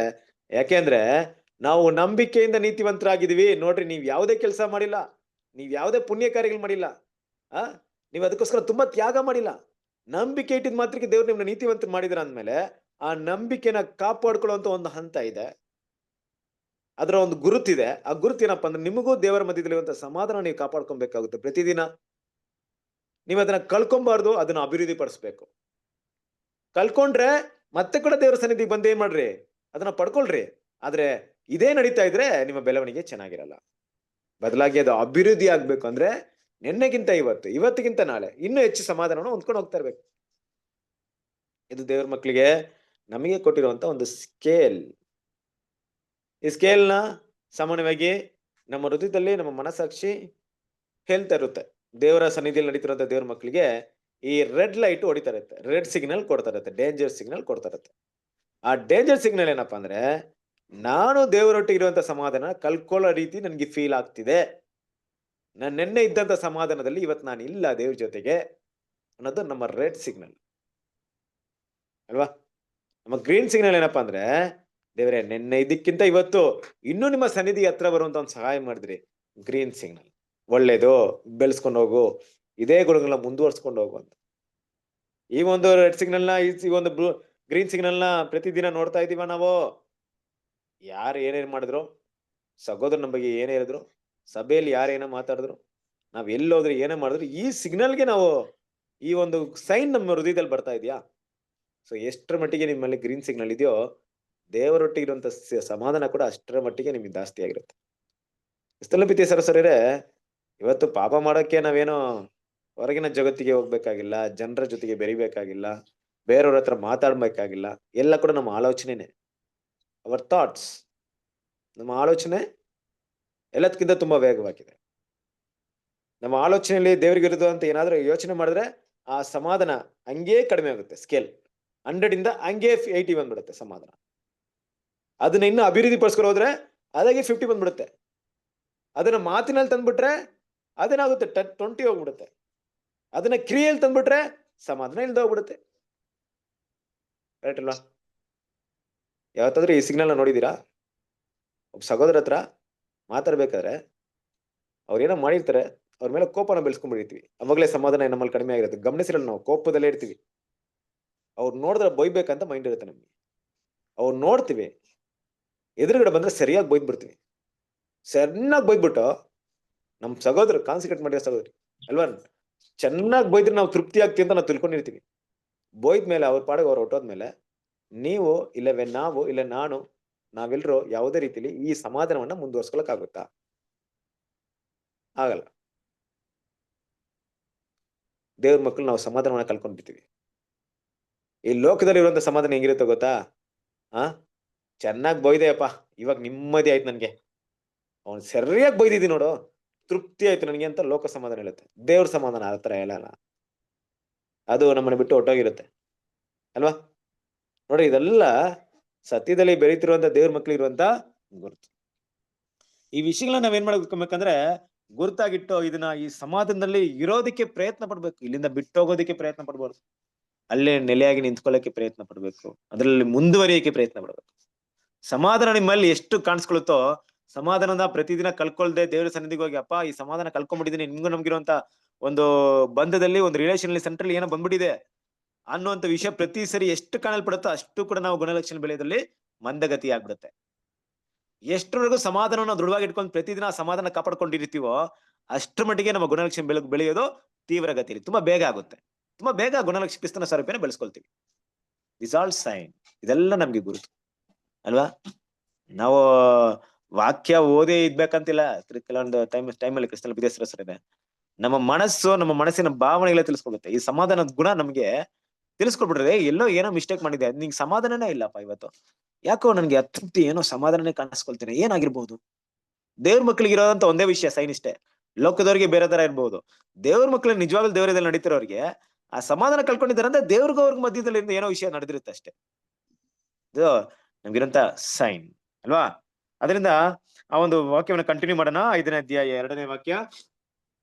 ನಾವು ಈಗ ನೆಲೆಗೊಂಡಿರುವ ದೇವರ ಕೃಪಾಶ್ರಯದಲ್ಲಿ ಆತನ ಮುಖಾಂತರವೇ ನಂಬಿಕೆಯಿಂದ ಪ್ರಯಾಸವಾಯಿತು ಮತ್ತು ದೇವರ ಮಹಿಮೆಯನ್ನು ಹೊಂದುವೆಂಬ ಭರವಸೆಯಿಂದ ಉಲ್ಲಾಸವಾಗಿದ್ದೇವೆ. ನೋಡಿದ್ರೆ ಕ್ರಿಸ್ತಲ್ ಸರಸರೇ, ಇದನ್ನ ನಾವು ನಮ್ಮ ಗಮನಕ್ಕೆ ತರಬೇಕಾದಂತ ವಿಷಯ ತುಂಬಾ ಇದೆ. ಯಾಕಂದ್ರೆ ಇದು ವಾಕ್ಯ ನಾವು ಓದದೇ ಇರ್ಬೋದು, ಇದಕ್ ಮುಂಚೆ ಕೂಡ ಈ ವಾಕ್ಯದ ಅಷ್ಟಾಗಿ ನಾವು ಗಮನಿಸ್ತೇ ಇದ್ದಿರಬಹುದು. ಆದ್ರೂ ಕೂಡ ಇಲ್ಲಿ ಗಮನಿಸ್ಬೇಕಂತ ಒಂದು ವಿಷಯ ಇದೆ. ಏನಪ್ಪಾ ಅಂದ್ರೆ, ಈಗ ನಾವು ನೆಲೆಗೊಂಡಿರುವ ದೇವರ ಕೃಪಾಶ್ರಯದಲ್ಲಿ ಆತನ ಮುಖಾಂತರವೇ ನಂಬಿಕೆಯಿಂದ ಪ್ರವೇಶವಾಯಿತು ಅಂತ ಹೇಳ್ತಾರೆ. ಅಂದ್ರೆ ನೋಡಿ, ಒಂದು ಕೃಪಾಶ್ರಯ, ಆಶ್ರಯ ಅಂದ್ರೆ ನಿಮ್ಗೆ ಗೊತ್ತು. ಆಶ್ರಯ ಅಂದ್ರೆ ಏನು? ಆಶ್ರಯ ಅಂದ್ರೆ ಏನು?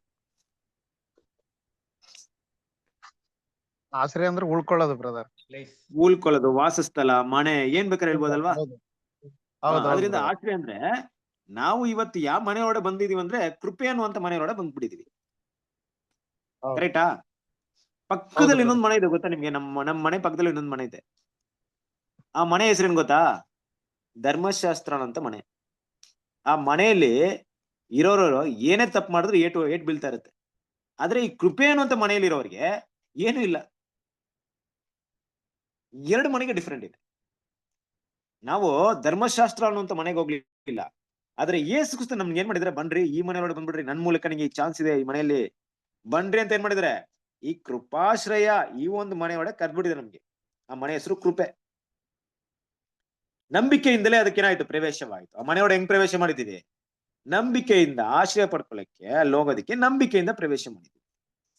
ನಾವು ನಂಬಿಕೆ ಇಟ್ಟಿದ್ರಿಂದ ಎಂಟರ್ ಆಗ್ಬಿಟ್ಟಿದ್ವಿ. ಅದ್ ಮಾತ್ರವಲ್ಲ, ನಾವು ಈ ಕೃಪೆಯಲ್ಲಿ ಏನಾದ್ರು ನಿರಂತರವಾಗಿ ನಿಂತ್ಕೊಂಡಿದ್ರೆ ಏನನ್ನು ಹೊಂತೀವಿ? ದೇವರ ಮಹಿಮೆ ಹೊಂದುವೆ ಎಂಬ ಭರವಸೆಯಿಂದ ಉಲ್ಲಾಸವಾಗಿದ್ದೇವೆ. ಆ ಕೃಪೆ ಮನೆ ನಮ್ಗೆ ಹೇಳ್ತಾ ಇದೆ, ಅಲ್ಲಿ ಕರ್ತನಾದ ಯೇಸು ನಮ್ಗೆ ಹೇಳ್ತಾ ಇದೆ, ನೋಡ್ರಿ ನೀವ್ ಎಲ್ಲಿವರೆಗೆ ಈ ಕೃಪಾ ಶ್ರೇಯದಲ್ಲಿ ಇರ್ತಿರೋ ಅದನ್ನ ನೀವು ಕರೆಕ್ಟ್ ಆಗಿ ನೀವು ಅದನ್ನ ಕೈಗೊಂಡು ನಡೆದ್ರೆ, ಅಂದ್ರೆ ಈ ಮನೆ ಒಳಗಡೆ ಇರಕ್ಕೆ ಯೋಗ್ಯತೆನ ನೀವು ಕಾಪಾಡ್ಕೊಂಡಿದ್ದೆ ಆದ್ರೆ ನಿಮ್ಗೆ ಏನ್ ಸಿಗುತ್ತೆ? ದೇವರ ಮಹಿಮೆ ನಿಮ್ಗೆ ಸಿಗುತ್ತೆ ಅನ್ನುವಂತ ಒಂದು ಮಾತು ನಮ್ ಕಿವಿಗ್ ಬಿತ್ತು. ನಮ್ಗೇನಾಯ್ತು? ತುಂಬಾ ಸಂತೋಷ ಆಗ್ಬಿಡ್ತು.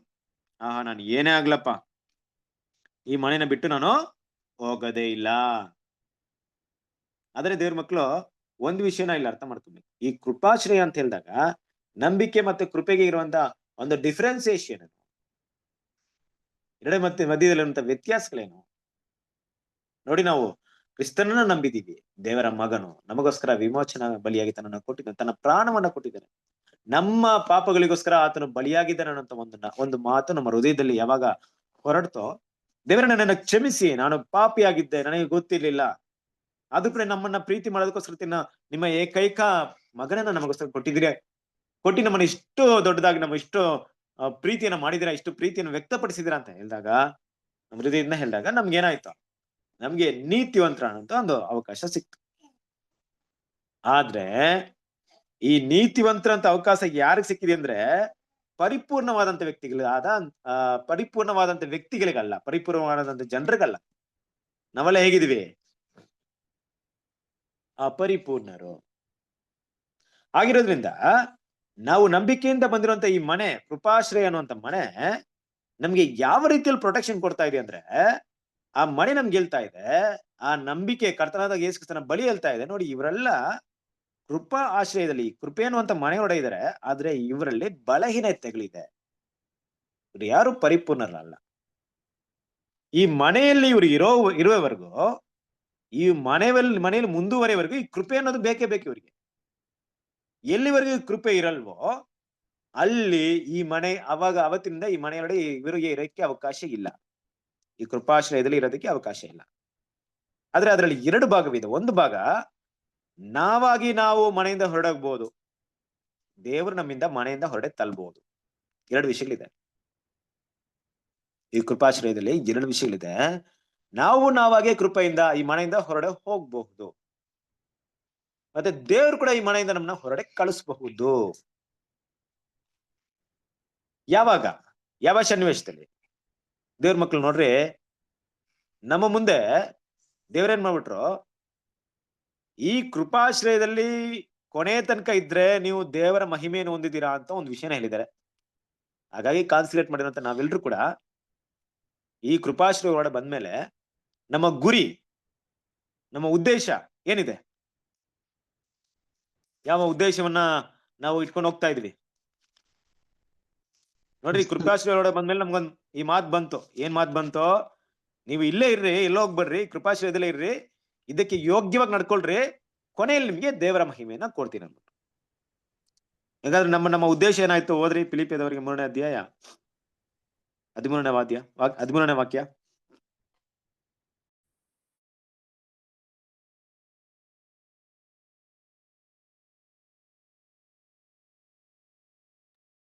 ಸಹೋದರರೇ, ನಾನಂತೂ ಹಿಡಿದುಕೊಂಡವನೆಂದು ನನ್ನನ್ನು ಈವರೆಗೂ ಎಣಿಸಿಕೊಳ್ಳುವುದಿಲ್ಲ. ಆದರೆ ನಾನು ಹಿಂದಿನ ಸಂಗತಿಗಳನ್ನು ಮರೆತು ಬಿಟ್ಟು ಮುಂದಿನವುಗಳನ್ನು ಹಿಡಿಯುವುದಕ್ಕೆ ಎದೆಬೊಗ್ಗಿದವನಾಗಿ, ದೇವರು ಕ್ರಿಸ್ತನ ಮೂಲಕವಾಗಿ ನಮ್ಮನ್ನು ಮೇಲಕ್ಕೆ ಕರೆದು ನಮ್ಮ ಮುಂದೆ ಇಟ್ಟಿರುವ ಬಿರುದನ್ನು ಗುರಿ ಮಾಡಿಕೊಂಡು ಓಡುತ್ತಾ ಇದ್ದೇನೆ. ಗಮನಿಸಿದ್ರಾ?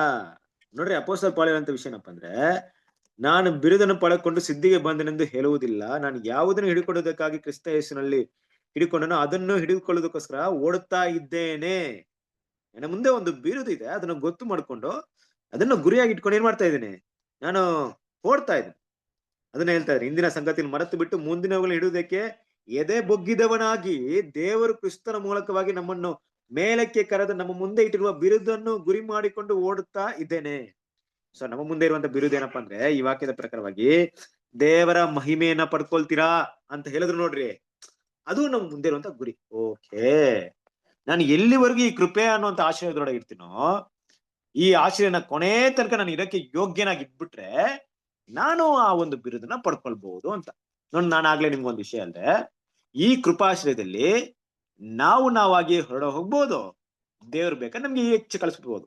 ಒಂದ್ ವೇಳೆ ನಾವಾಗಿ ಈಚೆ ಹೋಗ್ಬಿಟ್ರು ನಮ್ಗೆ ಆ ಒಂದು ಮಹಿಮೆ ಪದವಿ ಸಿಗಲ್ಲ, ದೇವರ ಮಹಿಮೆ ಅನ್ನುವಂತ ಬಿರುದು ಸಿಗಲ್ಲ. ದೇವರು ನಮ್ಮನ್ನ ಈಚೆ ಕಳಿಸ್ಬಿಟ್ರು ಅದು ಸಿಗಲ್ಲ. ಸರಿ, ಯಾವಾಗ ನಡೆಯುತ್ತೆ ಇದು? ಯಾವ ಸನ್ನಿವೇಶದಲ್ಲಿ ಈ ರೀತಿಯಾದಂತ ಒಂದು ವಿಷಯ ನಡೆಯುತ್ತೆ? ಯಾವ ರೀತಿಯಾದಂತ ವಿಷಯ ನೋಡ್ರಿ, ವಾಕ್ಯ ಹೇಳೋ ಪ್ರಕಾರ, ವಾಕ್ಯ ಏನ್ ಹೇಳ್ತಾ ಇದೆ ಅಲ್ಲಿ? 5ನೇ ಅಧ್ಯಾಯ 2ನೇ ವಾಕ್ಯದಲ್ಲಿ, ಆತನ ಮುಖಾಂತರ ನಂಬಿಕೆಯಿಂದ ಪ್ರವೇಶವಾಯಿತು ಮತ್ತು ದೇವರ ಮಹಿಮೆಯನ್ನು ಹೊಂದುವುದೆಂಬ ಭರವಸೆಯಿಂದ ಉಲ್ಲಾಸವಾಗಿದ್ದೇವೆ.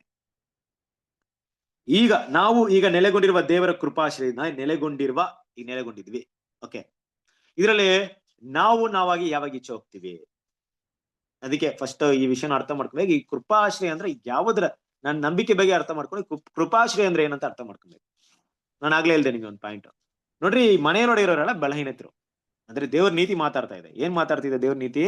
ಈ ಮನೆಯಲ್ಲಿ ಬಂದಿರೋರೆಲ್ಲ ಬಲಹೀನತೆ ಉಳ್ಳವರು, ಆದ್ರೆ ಇವರು ಕ್ರಿಸ್ತನ ಅಮೂಲ್ಯವಾದ ರಕ್ತದಿಂದ ತೊಳೆಯಲ್ಪಟ್ಟು ಆತನ ಮೇಲೆ ಇಟ್ಟಿರುವಂತ ನಂಬಿಕೆಯಿಂದ ಹೊರಡ ಬಂದಿದ್ದಾರೆ, ಬಲಹೀನರಾಗಿದ್ರೆ. ಮತ್ತೆ ದೇವರ ನೀತಿ ಮಾತಾಡ್ತಾ ಇದೆ, ಬಲಹೀನರಾಗಿದ್ರೆ ಮತ್ತೆ ಪಾಪ ಮಾಡೋದಕ್ಕೆ ಸಾಧ್ಯತೆಗಳಿದೆ ಇವರು, ಯಾಕಂದ್ರೆ ಇವರು ಬಲಹೀನತೆ ಅಷ್ಟು ದೊಡ್ಡದಾಗಿದೆ. ಆ ರೀತಿ ಇವರು ಪಾಪ ಮಾಡಿದಾಗೆಲ್ಲ ಕೃಪಾಸನದ ಮುಂದೆ ಬಂದು ನಿಂತ್ಕೊಂಡು ಹೃದಯದಿಂದ ಬೇಡಿದ್ದೆ ಆದ್ರೆ, ಈ ಕೃಪಾಶ್ರಯ ಇಲ್ಲಿ ಆಶ್ರಯ ಇದೆಯಲ್ಲ ಇವರಿಗೆ, ನಾನ್ ಮತ್ತೆ ಅವ್ರಿಗೆ ಪ್ರೊಟೆಕ್ಷನ್ ಕೊಡ್ತೀನಿ, ಮತ್ತೆ ಅವ್ರನ್ನ ಈ ಮನೆಯಿಂದ ಈಚೆ ಕಳಿಸ್ತಾ ಕಾಪಾಡ್ಕೊಳ್ತೀನಿ. ಎಲ್ಲಿವರೆಗೂ ಅವರ ಬಲಹೀನತೆಯಲ್ಲಿ ಪಾಪ ಮಾಡ್ತಾ ಇರ್ಬೇಕಾದ್ರೆ, ಎಲ್ಲಿವರೆಗೂ ಅದನ್ನ ತಪ್ಪನ್ನ ಮನವರಿಕೆ ಮಾಡ್ಕೊಂಡು ಕ್ರಿಸ್ತನ ಸನ್ನಿಧಿಗೆ ಬಂದು ಕೃಪಾಸನದ ಮುಂದೆ ಬಂದು ಎಲ್ಲಿವರೆಗೂ ಅವರು ಹೃದಯದಾಳದಿಂದ ಬೇಡ್ತಾ ಇರ್ತಾರೋ ಅಲ್ಲಿವರೆಗೂ ನಾನು ಕೃಪೆನ ಕೊಡ್ತೀನಿ. ಅಲ್ಲಿಯವರೆಗೂ ನೀವು ಈಚೆ ಹೋಗಲ್ಲ. ಒಂದ್ ವಿಷಯ, ಅಲ್ಲಿವರೆಗೇನಾಗಲ್ಲ, ನಾವು ಈಚೆ ಹೋಗಲ್ಲ. ನಾವು ಈಚೆ ಹೋಗ್ಬಾರ್ದು ಅಂದ್ರೆ, ನಾವು ಬೇಡ ಅಂದ್ರೆ ಯಾವಾಗ ಏನ್ ಮಾಡ್ತೀವಿ, ಆಗ ನಾವು ಎಲ್ಲಿ ಈಚೆ ಹೋಗ್ತೀವಿ ಅಂತ ಗೊತ್ತಾ? ಆದ್ರೆ ನಾವು ತಪ್ಪು ಮಾಡಿ, ಬಲಹೀನತೆಯನ್ನು ತಪ್ಪು ಮಾಡಿ, ಈ ಕೃಪಾ ಆಶ್ರಯ ಅದರೊಳಗೆ ಇರೋದನ್ನ ಮರ್ತು ಕೃಪೆಯನ್ನ ಕೇಳಕ್ ಹೋಗ್ದೆ, ಕೃಪೆಯನ್ನ ಪಡ್ಕೊಳಕ್ ಹೋಗ್ದೆ, ತಪ್ಪನ್ನ ದೊಡ್ಡದಾಗಿ ಪರಿಗಣಿಸ್ದೆ, ಅದೇನ್ ದೊಡ್ಡ ಮಹಾ ತಪ್ಪು ಅಂತ ಎನಿಸ್ಕೊಂಡು ನಾನೇನ್ ತಪ್ಪು ಮಾಡಿಲ್ಲ ಅಂತ ತಿಳ್ಕೊಂಡಿದ್ರೆ ನಾನೇನಾಗ್ತೀನಿ? ಈಗ ಏನ್ ಮಾಡ್ತೀನಿ? ಹೊರಗಡೆ ಬರ್ಬೇಕಾಗತ್ತೆ. ನಾನು ಹೊರಡೆ ಬರ್ತೀನಿ. ಈ ಕೃಪಾಶ್ರಯ ಬೇಡ ನನಗೆ, ಏನ್ ತಪ್ಪು ಮಾಡಿಲ್ಲ, ನಾನು ಹಾಗೆ ನಾನು ಬದಲಾವಣೆ ಮಾಡ್ಕೊಳ್ಳಲ್ಲ. ನೋಡ್ರಿ, ಇದ್ರ ಈ ಒಂದು ವಿಷಯ ಕೆಲವೊಂದು ಕ್ಷಣದಲ್ಲಿ, ಕೆಲವೊಂದು ಸಮಯದಲ್ಲಿ ಕ್ರಿಸ್ತನ ಪ್ರೀತಿಯ ಸರಸರಿಯರೇ ಇದನ್ನ ಅರ್ಥ ಮಾಡ್ಕೊಳ್ಳಿ. ನಾನು ಹೇಳ್ತಾರಂತ ಈ ವಿಷಯ ಕೆಲವೊಂದು ಸಮಯದಲ್ಲಿ ನಮ್ಮ ಬಲಹೀನತೆನ ದೇವ್ರ ಅರ್ಥವಾಗಿರ್ತಾರೆ. ಯಾವುದೋ ಒಂದು ಟೈಮಲ್ಲಿ ನೀವು ಏನ್ ದೇವರೇ ಈ ತರ ನೀವ್ ಬೇಡವೇ ಬೇಡಪ್ಪ, ನನ್ ಕಾನ್ಸಂಟ್ರೇಷನ್ ಲೈಫೇ ಬೇಡ ಅಂತ ಹೇಳಿರ್ತೀರ. ಒಂದ್ ವೇಳೆ ಆ ರೀತಿ ಏನಾದ್ರು ಹೇಳಿದ್ರೆ ಯಾರು ಖಂಡಿತ ದೇವ್ರ ಮಕ್ಳು ಹೇಳಲ್ಲ. ಆ ತರ ದುಡುಕಿನ ಮಾತನ್ನ ಮಾತಾಡಕ್ ಹೋಗಲ್ಲ. ನೀವು ಮಾತಾಡಿದ್ರು ನೀವ್ ಅದನ್ನ ಬಲಹೀನತೆಯಿಂದ ಮಾತಾಡಿದ್ರ ಅಂತ ದೇವ್ರು ಕ್ಷಮಿಸ್ತಾರೆ. ಆಗ್ಲೂ ನೀವು ಕೃಪಾಸನದಲ್ಲೇ ಇರ್ತೀರ ಅಲ್ವಾ?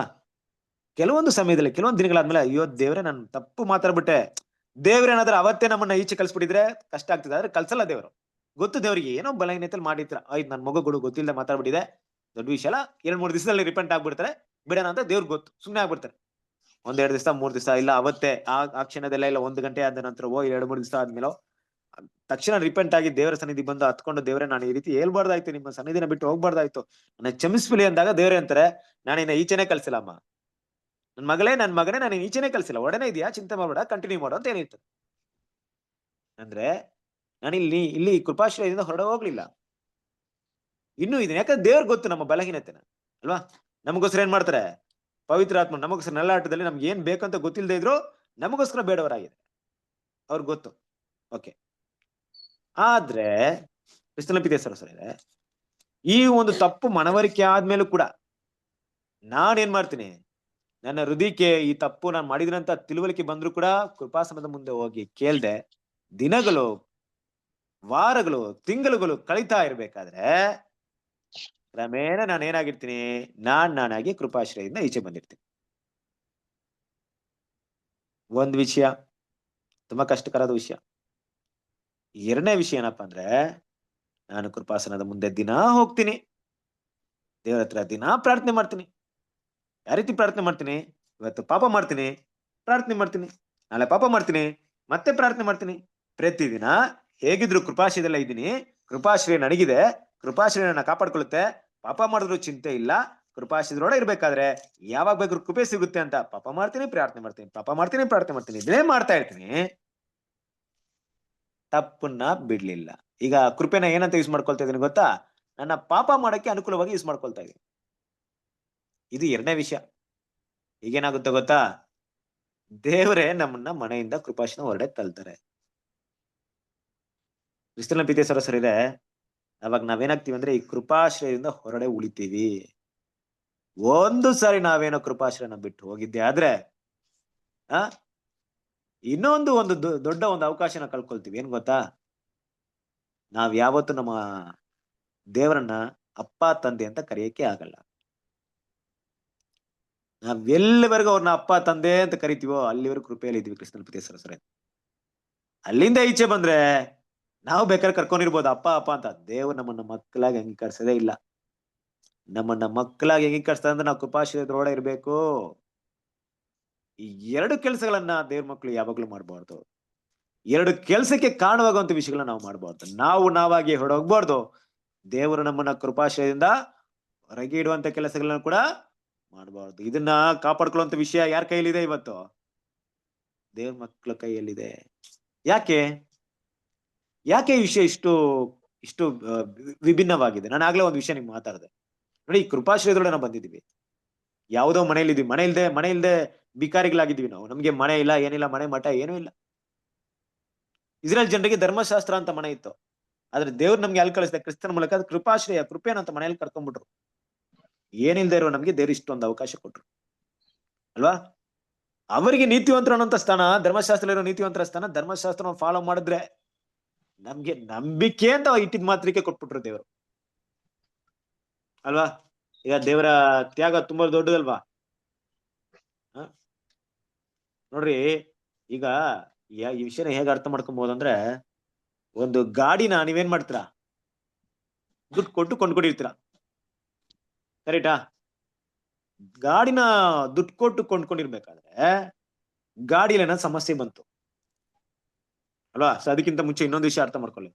ಗಾಡಿನ ಯಾರೋ ನಿಮ್ಗೆ ಉಚಿತವಾಗಿ ಕೊಟ್ಟಿರ್ತಾರೆ, ಯೂಸ್ ಮಾಡಿರ್ತೀರ.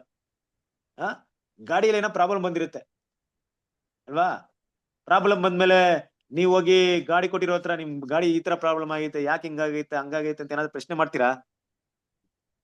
ಮಾಡಲ್ಲ. ಮಾಡಕ್ಕಾಗಲ್ಲ. ಯಾಕೆಂದ್ರೆ ಬಂದಿರೋದೇ ನಿಮ್ಗೆ ಉಚಿತವಾಗಿ, ನೀವು ಕೇಳಕ್ ಹೋಗಲ್ಲ. ಅದೇ ಗಾಡಿನ ದುಡ್ಡು ಕೊಟ್ಟು ಕೊಂಡ್ಕೊಂಡಿದ್ರೆ, ಆ ಗಾಡಿ ಕೈ ಕೊಡ್ತು, ಪ್ರಾಬ್ಲಮ್ ಆಯ್ತು, ಸುಮ್ನೆ ಇರ್ತೀರಾ? ಎಲ್ಲ ಇರಲ್ಲ ಬ್ರದರ್, ಕೇಳ್ತೀವಿ. ಅದ್ ಕಷ್ಟಪಟ್ಟಿರ್ತೀರ ಪಾಪ ನೀವು. ಆ ಗಾಡಿ ತಗೊಳಕ್ಕೆ ಎಷ್ಟೋ ದಿನ ಕಷ್ಟಪಟ್ಟು ತಗೊಂಡಿರ್ತೀರ. ಗಾಡಿನ ತಗೊಂಡಿದ್ದ ದಿನದಲ್ಲಿ ಕೈ ಕೊಟ್ರೆ ಸುಮ್ನೆ ಇರ್ತೀರಾ? ಹೋಗಿ ಕೇಳ್ತೀರಾ? ನೀವು ಹಕ್ಕಿಗೋಸ್ಕರ ಹೋರಾಡ್ತೀರಾ. ಸರಸರೇ, ದೇವ್ರು ಹಾಗೆ ಉಚಿತವಾಗಿ ಪಡ್ಕೊಂಡಿರೋ ನಾವು ಬೆಲೆ ಗೊತ್ತಿಲ್ಲದೆ ಇದ್ರು, ಬೆಲೆ ಕಟ್ಟಿರುವಂತ ದೇವರಿಗೆ ಆ ಬೆಲೆ ಗೊತ್ತು. ದೇವರು ಅದಕ್ಕೆ ಬೆಲೆ ಕಟ್ಟಿದ್ದಾರೆ, ತನ್ನ ಒಬ್ಬನೇ ಮಗನ್ನ ಕೊಟ್ಟಿದ್ದಾರೆ. ಅದನ್ನ ದೇವ್ರ ಮಕ್ಳು ಏನಾದ್ರು ಸರಿಯಾಗಿ ಉಪಯೋಗ ಮಾಡ್ಕೊಳ್ದೆ ಮಿಸ್ಯೂಸ್ ಮಾಡ್ಕೊಂಡ್ಬಿಟ್ರೆ ಅದರ ಒಂದು ಪರಿಣಾಮ ಏನಪ್ಪಾ ಅಂದ್ರೆ ತುಂಬಾ ದೊಡ್ಡದು. ಅದರಿಂದ ದೇವ್ರ ಮಕ್ಳು ಇಲ್ಲಿ ಅರ್ಥ ಮಾಡ್ಕೊಬೇಕಾದ ವಿಷಯ ಏನಪ್ಪಾ ಅಂದ್ರೆ, ನಾವು ನಂಬಿಕೆಯಿಂದನೇ ಬಂದಿದೀವಿ ಅನ್ನೋಂಥ ವಿಷಯ ಯಾವಾಗ ನಮ್ಮ ಮೈಂಡ್ ಅಲ್ಲಿ ಇರ್ಬೇಕು ಅಂತ ವಾಕ್ಯ ಹೇಳ್ತಾ ಇದೆ. ನಂಬಿಕೆಯಿಂದ ಬಂದಿದೀವಿ ಅಂತ ಯಾವಾಗ್ಲೂ ತಿಳ್ಕೊಳ್ರಿ. ನಂಬಿಕೆಯಿಂದ ಬಂದಿದಂದ್ರೆ ಬೇರೆ ಬಾಯಿ ಮಾತ್ರ ಹೇಳೋದಲ್ಲ, ಅಷ್ಟು ದೊಡ್ಡ ವಿಷಯವನ್ನ ದೇವ್ರು ನಂಬಿದ ಮಾತ್ರಕ್ಕೆ ನನ್ ಕೊಟ್ಬಿಟ್ರಂತ ಕೃತಜ್ಞತ ಭಾವನೆ ಯಾವಾಗ್ಲೂ ನಿಮ್ಗೆ ಎಲ್ಲಿ? ಕ್ರಿಸ್ತನ ಒಂದು ಸ್ವರೂಪಿ ಬೆಳ್ಕೊಳಕ್ಕೆ ಆ ಒಳ್ಳೆ ಕಾರ್ಯಗಳು ಮಾಡಕ್ ನಮ್ಗೆ ಆಗದೆ ಇದ್ರು, ದೇವ್ರ ನಂಬಿಕೆ ಮೂಲಕ ನಮ್ಮನ್ನ ಕೃಪಾಶ್ರಯದಲ್ಲಿ ಕರ್ಕೊಂಡ್ರು. ಪ್ರತಿದಿನ ಕೃಪೆಯಿಂದ ನಮ್ಮ ಪಾಪಗಳನ್ನ ನೋಡ್ದೆ, ನಮ್ಮ ತಪ್ಪುಗಳನ್ನ ಗಮನಿಸದೆ, ನಾವು ಕ್ಷಮಾಪಣೆ ಕೇಳಿದಾಗ ಕ್ಷಮಿಸ್ಕೊಂಡು, ಇವತ್ತಲ್ಲ ನಾಳೆ ನನ್ನ ಮಗಳು ಬದಲಾವಣೆ ಆಗ್ತಾರೆ ಅಂತ ಕೃಪೆ ಕೊಟ್ಕೊಂಡು ಪ್ರತಿದಿನ ಪ್ರತಿದಿನ ಪ್ರತಿದಿನ ವೇಟ್ ಮಾಡ್ಕೊಂಡು ನಮ್ಗೋಸ್ಕರ ಕಾಯ್ತಾ ಇದಾರೆ ದೇವ್ರು. ದೇವ್ರ ಕೃಪಾಶ್ರಯಲ್ಲಿ ಇರೋದ್ರಿಂದ ಧರ್ಮಶಾಸ್ತ್ರದಲ್ಲಿರೋರು ನಮ್ಮನ್ನ ಮಿಸ್ಟೇಕ್ ಮಾಡಕ್ಕಾಗಲ್ಲ, ಲೋಕದವರು ನಮ್ಮನ್ನ ಮಿಸ್ಟೇಕ್ ನಡೆಯಕ್ಕಾಗಲ್ಲ. ಯಾಕಂದ್ರೆ ಕೃಪೆ. ನನ್ ಮಗ ನನ್ ಮಗಳು ನನಗ್ ಗೊತ್ತು, ನೀನ್ ಯಾರಪ್ಪ ಪ್ರಶ್ನೆ ಕೇಳಕ್ಕೆ? ಬಂತು ತಾನೆ ಇದೇ ಮಾತು. ಎಲ್ಲಿ ಬಂತು? ನಾವು ಇದೇ ತರ ಓದಿದ್ವಲ್ಲ ರೋಮಪುರದವರಿಗೆ 2ನೇ ಅಧ್ಯಾಯದಲ್ಲಿ ಓದುತ್ತಾನೆ. ಓದ್ರಿ 2ನೇ ಅಧ್ಯಾಯ 1ನೇ ವಾಕ್ಯ.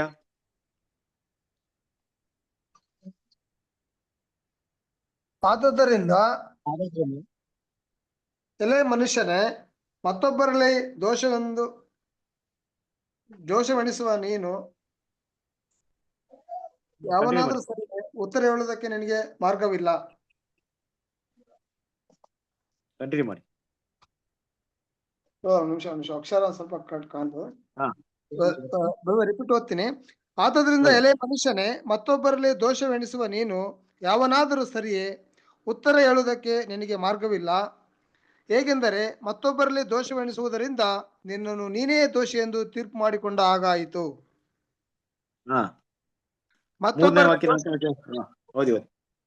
ಮತ್ತೊಬ್ಬರಲ್ಲಿ ದೋಷವೆಣಿಸುವ ನೀನು ಆ ದೋಷಗಳನ್ನೇ ನಡೆಸುತ್ತೀಯಲ್ಲ. ಆದರೆ ಅಂಥವುಗಳನ್ನು ನಡೆಸುವವರ ವಿಷಯದಲ್ಲಿ ದೇವರು ಮಾಡುವ ತೀರ್ಪು ಸತ್ಯಕ್ಕನುಸಾರವಾಗಿಯೇ ಇರುವುದೆಂದು ಬಲ್ಲೆವು. ಎಲೆ ಮನುಷ್ಯನೇ, ಅಂಥವುಗಳನ್ನು ನಡೆಸುವವರಲ್ಲಿ ದೋಷವೆಣಿಸಿ ಅವುಗಳನ್ನೇ ಮಾಡುತ್ತಿರುವ ನೀನು ದೇವರ ದಂಡನೆಯ ತೀರ್ಪಿಗೆ ತಪ್ಪಿಸಿಕೊಂಡೇನೆಂದು ಯೋಚಿಸುತ್ತೀಯಾ? 4ನೇ ವಾಕ್ಯ ಹಂಗೆ ಕಂಟಿನ್ಯೂ ಮಾಡಿ. ಆತನ ಅಪಾರವಾದ ದಯಾ, ಸಹನ, ದೀರ್ಘಶಾಂತಿಗಳನ್ನು ಅಸಡ್ಡೆ ಮಾಡುತ್ತೀಯಾ? ಮನಸ್ಸನ್ನು ಬೇರೆ ಮಾಡಿಕೊಳ್ಳುವುದಕ್ಕೆ ದೇವರ ಉಪಕಾರವು ನಿನ್ನನ್ನು ಪ್ರೇರಿಸುತ್ತದೆಂಬುದು ನಿನಗೆ ಗೊತ್ತಿಲ್ಲವೇ? ನೋಡಿದ್ರ? ಅದರಿಂದ ಬೇರೆಯವ್ರು ಯಾರು ನಮ್ಮನ್ನ ಮಿಸ್ಟೇಕ್ ಕಂಡಿಕ್ಕಾಗಲ್ಲ, ಆದ್ರೆ ದೇವ್ರ ಮಾತು ನಮ್ಗೆ ಹೇಳ್ತಾ ಇದೆ. ನಾವು ದೇವರ ಕೃಪೆ, ದೇವರ ಕರುಣೆ, ದೇವ್ರು ಮಾಡಿದಂತ ನೋಡ್ರಿ ಆ ವಾಕ್ಯ ಏನಂತಿದಂದ್ರೆ, ಆತನ ಅಪಾರವಾದ ದಯ, ಸಹನ, ದೀರ್ಘ ಶಾಂತಿಗಳನ್ನು ಅಸಡ್ಡೆ ಮಾಡುತ್ತೀಯಾ? ಮನಸ್ಸನ್ನು ಬೇರೆ ಮಾಡಿಕೊಳ್ಳುವುದಕ್ಕೆ ದೇವರ ಉಪಕಾರ ನಿನ್ನನ್ನು ಪ್ರೇರಿಸುತ್ತದೆ ಎಂಬುದು ನಿನಗೆ ಗೊತ್ತಿಲ್ಲವೋ? ದೇವ್ರು ಮಾಡ್ತಿರೋಂತ ಈ ಕೃಪೆ ಉಪಕಾರ ನಿನ್ನ ಮೈಂಡ್ ನ ಚೇಂಜ್ ಮಾಡ್ಕೋ, ಬಿಟ್ಬಿಡು ಅದನ್ನ ಅಂತ ನಿನ್ನ ಪ್ರೇರಣೆ ಮಾಡ್ತಾರೆ. ನಿಂಗೆ ಅರ್ಥವಾಗ್ತಿಲ್ವಾ? ನೀನು ನಿನ್ನ ಮೊಂಡುತನವನ್ನು, ಪಶ್ಚಾತ್ತಾಪವಿಲ್ಲದ ಮನಸ್ಸನ್ನು ಅನುಸರಿಸಿದ ನಿನಗೋಸ್ಕರ ದೇವರ ಕೋಪವು ಕೂಡಿಟ್ಟುಕೊಳ್ಳುತ್ತಾ ಇದ್ದಿ ಅಂತ ಹೇಳ್ತಾ ಇದ್ದಾರೆ. ಹಾಗಾಗಿ ಈ ರೀತಿ ಇರುವಂತಹ ಒಂದು ಸನ್ನಿವೇಶದಲ್ಲಿ ದೇವ್ರ ಮಕ್ಕಳು ಆ ಕೃಪಾಶ್ರಯದಲ್ಲಿ ನಾವು ಇರ್ಬೇಕಾದ್ರೆ ಆ ವಾಕ್ಯ ಹೇಳ್ತಾ ಇದೆ, ಅದ್ರಲ್ಲಿ ನೆಲೆಗೊಳ್ಳುವಂತ ಒಂದು ಗುಣಗಳನ್ನ ನಾವು ಬೆಳೆಸ್ಕೊಬೇಕು. ಅದರಿಂದ ಹೊರಗೆ ಹೋಗುವಂತ ಗುಣವಾಗ್ಲಿ, ಇಲ್ಲವೇ ದೇವ್ರ ನಮ್ಮನ್ನ ಹೊರಗೆ ಹಾಕುವಂತ ಗುಣವಾಗ್ಲಿ ಯಾವಾಗ್ಲೂ ದೇವ್ರ ಮಕ್ಕಳು ಬೆಳೆಸ್ಕೊಂಬಾರ್ದು. ಅದರಿಂದ ಇಲ್ಲಿ 2 ರೀತಿಯಾದಂತ ಭಾವನೆ ತುಂಬಾ ಮುಖ್ಯ ದೇವ್ರ ಮಕ್ಳಿಗೆ. ಒಂದು, ಭಯದಿಂದ ಇರ್ಬೇಕು. ಯಾಕಂದ್ರೆ ದೇವ್ರ ನಮ್ಮನ್ನ ಏನಂತಾರೆ, ಕೃಪೆಯಿಂದ, ಅಂದ್ರೆ ಎಲ್ಲೋ ಇರುವಂತ ಗಿಡನ ತಗೊಂಬಂದ್ ಏನ್ ಮಾಡಿದಾರೆ, ಅನ್ಸ್ಬಿಟ್ಟಿದ್ದಾರೆ. ಬರುತ್ತಲ್ಲ ರೋಮಪುರದವರಿಗೆ ಮುಂದಿನ ಪಾಠದಲ್ಲಿ. ಒಂದು ಅಲ್ವಾ, ಯಾವಾಗ ಬೇಕಾದ್ರೆ ತೆಗೆದಾಕ್ಬೇಕು.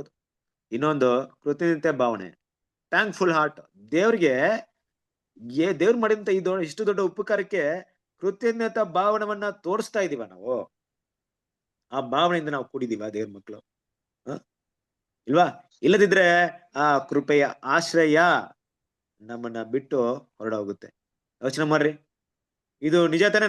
ನಮ್ಮ ಜೀವನದಲ್ಲಿ ನಮ್ಮ ಜೀವನ ಏನಂದ್ರೆ, ನಾವೆಲ್ಲರೂ ದೇವರಿಲ್ಲದವರಾಗಿ ಈ ಲೋಕದ ವಿಚಾರಗಳಿಗೆ ಒಳಪಟ್ಟವರಾಗಿದ್ವಿ. ಎಫೆಸದವರಿಗೆ 2ನೇ ಅಧ್ಯಾಯ 2ನೇ ವಾಕ್ಯ.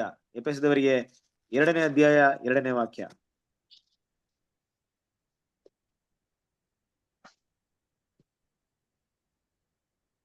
ನೀವು ಪೂರ್ವದಲ್ಲಿ ಅಪರಾಧಗಳನ್ನು ಪಾಪಗಳನ್ನು ಮಾಡೋರಾಗಿದ್ದು ಇಹಲೋಕಚಾರಕ್ಕೆ ಅನುಸಾರವಾಗಿ ಕೊಂಡಿರಿ. ವಾಯುಮಂಡಲದಲ್ಲಿ ಅಧಿಕಾರ ನಡೆಸುವ ಅಧಿಪತಿಗೆ, ಅಂದರೆ ನಂಬಲೊಲ್ಲದವರನ್ನು ಅವಿಧೇಯತೆಗೆ ಈಗ ಪ್ರೇರಿಸುವ ಆತ್ಮನಿಗೆ ಅನುಸಾರವಾಗಿ ನಡೆದುಕೊಂಡಿರಿ. ಅಲ್ವರ ನೋಡ್ರಿ, ನಮ್ಮ ಒಂದು ಬ್ಯಾಕ್ ಗ್ರೌಂಡ್ ಹೆಂಗಿದೆ ನೋಡ್ರಿ. ನಮ್ ಬ್ಯಾಕ್ ಗ್ರೌಂಡ್ ಎಲ್ಲ ಹೆಂಗಿದೆ? ಈ ತರ ಇದೆ ನಮ್ ಬ್ಯಾಕ್ ಗ್ರೌಂಡ್. ಮನೆ ಇಲ್ಲ, ದಿಕ್ಕಿಲ್ಲದವರು, ದೇವ್ರಿಲ್ಲ, ಏನಿಲ್ಲ, ಲೋಕದಲ್ಲಿ ಹಿಂಗೆ ಬಿದ್ದವ್ರು ನಾವು, ಅಲ್ವಾ? ನಮ್ಗೆ ದೇವರು ಧರ್ಮಶಾಸ್ತ್ರ ಅನ್ನೋಂತ ಮನೆಗೆ ಕಳಿಸ್ತೆ, ಕೃಪಾಶ್ರಯ, ಕೃಪೆ ಅನ್ನುವಂತ ಮನೇಲಿ ಕಳಿಸ್ಬಿಟ್ಟಿದ್ದಾರೆ. ಅದ್ರಲ್ಲಿ ಇರ್ಬೇಕಾದ್ರೆ ಎಷ್ಟು ದೊಡ್ಡ, ಅದನ್ನ ಇರೋದಕ್ಕೆ ಯೋಗ್ಯತೆನ ದೇವ್ರ ಮಕ್ಳು ಕಾಪಾಡ್ಕೊಬೇಕಾದ್ರೆ ಎಷ್ಟು ಮುಖ್ಯವಾಗಿ, ಅಲ್ವಾ? ಅದನ್ನ ನಾವು ಕಲ್ಕೊಳ್ತೀವಂದ್ರೆ ಅದಕ್ಕಿಂತ ಒಂದು ಮೋಸವಾದಂತ ಒಂದು ಸನ್ನಿವೇಶ ಯಾವುದೂ ಇಲ್ಲ. ಆದ್ರೆ ಕೃಪಾಶ್ರಯ ನಮ್ಮನ್ನ ಎಲ್ಲಿ ಕರ್ಕೊಂಡು ಹೋಗುತ್ತಂತ ವಾಕ್ಯ ಹೇಳ್ತಾ ಇದೆ. ಅದೇ ಕೃಪಾಶ್ರಯಲ್ಲಿ ನೀವು ನಿರಂತರವಾಗಿದ್ರೆ ಏನ್ ಸಿಗುತ್ತಂತ ವಾಕ್ಯ ಹೇಳ್ತಾ ಇದೆ? ದೇವರ ಮಹಿಮೆಯನ್ನು ಹೊಂದುವೆ ಎಂಬ ಭರವಸೆಯಿಂದ ಉಲ್ಲಾಸವಾಗಿದ್ದೇವೆ. ದೇವ್ರ ಮಕ್ಳಿಗೆ ಮಾಡ್ಬೇಕಾಗಿರೋದೇನೋ ಅಲ್ವಾ? ಈ ಒಂದು ಕೃಪಾಶ್ರಯ ನನಗೆ ಕೊಡಲ್ಪಟ್ಟ ಉದ್ದೇಶ ಏನಪ್ಪಾ ಅಂದ್ರೆ, ನನ್ನ ಬಲಹೀನತೆಗೋಸ್ಕರ ದೇವರು ನನ್ನ ಪಾಪವನ್ನ ಪ್ರತಿದಿನ ತ್ಯಾಗ ಮಾಡಿ, ನನ್ನ ಶರೀರವನ್ನ ತ್ಯಾಗ ಮಾಡಿ, ಹೇಗಾದ್ರೂ ಕೃಪಾಶ್ರಯದಲ್ಲಿ ಮರಣದವರೆಗೂ ನಿಂತ್ಕೊಬೇಕು ಅನ್ನುವಂಥ ಉದ್ದೇಶಕ್ಕೋಸ್ಕರ ಕೊಟ್ಬಿಟ್ಟಿದ್ದಾರೆ. ಆಗ ನಾನು ನಿಂತ್ಕೊಂಡ್ರೆ ನನಗೆ ಏನ್ ಸಿಗುತ್ತಂದ್ರೆ, ಆ ದೇವರ ಮಹಿಮೆ ಎಂಬ ಒಂದು ದೊಡ್ಡ ಏನಾಗುತ್ತೆ ಬಿರುದು ದೇವ್ರ ಏನ್ ಮಾಡ್ತಾರೆ, ಕೊಡ್ತಾರೆ. ಅದರಿಂದ ಅದನ್ನ ಯೋಚನೆ ಮಾಡಿ ಸಂತೋಷ ಅಂದ್ರೆ ದೇವರಿಗೋಸ್ಕರ ಮಾಡುವಂತ ತ್ಯಾಗದಲ್ಲಿ ದೇವ್ರ ಮಕ್ಳು ಏನ್ ಮಾಡ್ಬೇಕು? ಸಂತೋಷವಾಗಿರ್ಬೇಕು. ಆ ಸಂತೋಷವಾಗಿ ಈ ಲೋಕದ ವಿಷಯಗಳನ್ನ, ಮಾಂಸದ ವಿಷಯಗಳನ್ನ, ಬಲಹೀನತೆಗಳನ್ನ ಜಯಿಸಕ್ಕೆ ಧೈರ್ಯವಾಗಿ ಹೋರಾಡ್ಬೇಕು. ಕರೆಕ್ಟ್ ಅಲ್ವಾ? ಅದಕ್ಕೆ ಅಪೊಸ್ತಲ ಪೌಲ್ ಮಾತಾಡ್ತಾರಲ್ವಾ, ಫಿಲಿಪ್ಪಿಯದವರಿಗೆ ಬರೆದಂತ ಪತ್ರಿಕೆ 3ನೇ ಅಧ್ಯಾಯದಲ್ಲಿ ಓದ್ರಿ. ಫಿಲಿಪ್ಪಿಯದವರಿಗೆ 3ನೇ ಅಧ್ಯಾಯ 8ನೇ ವಾಕ್ಯ ಓದ್ರಿ.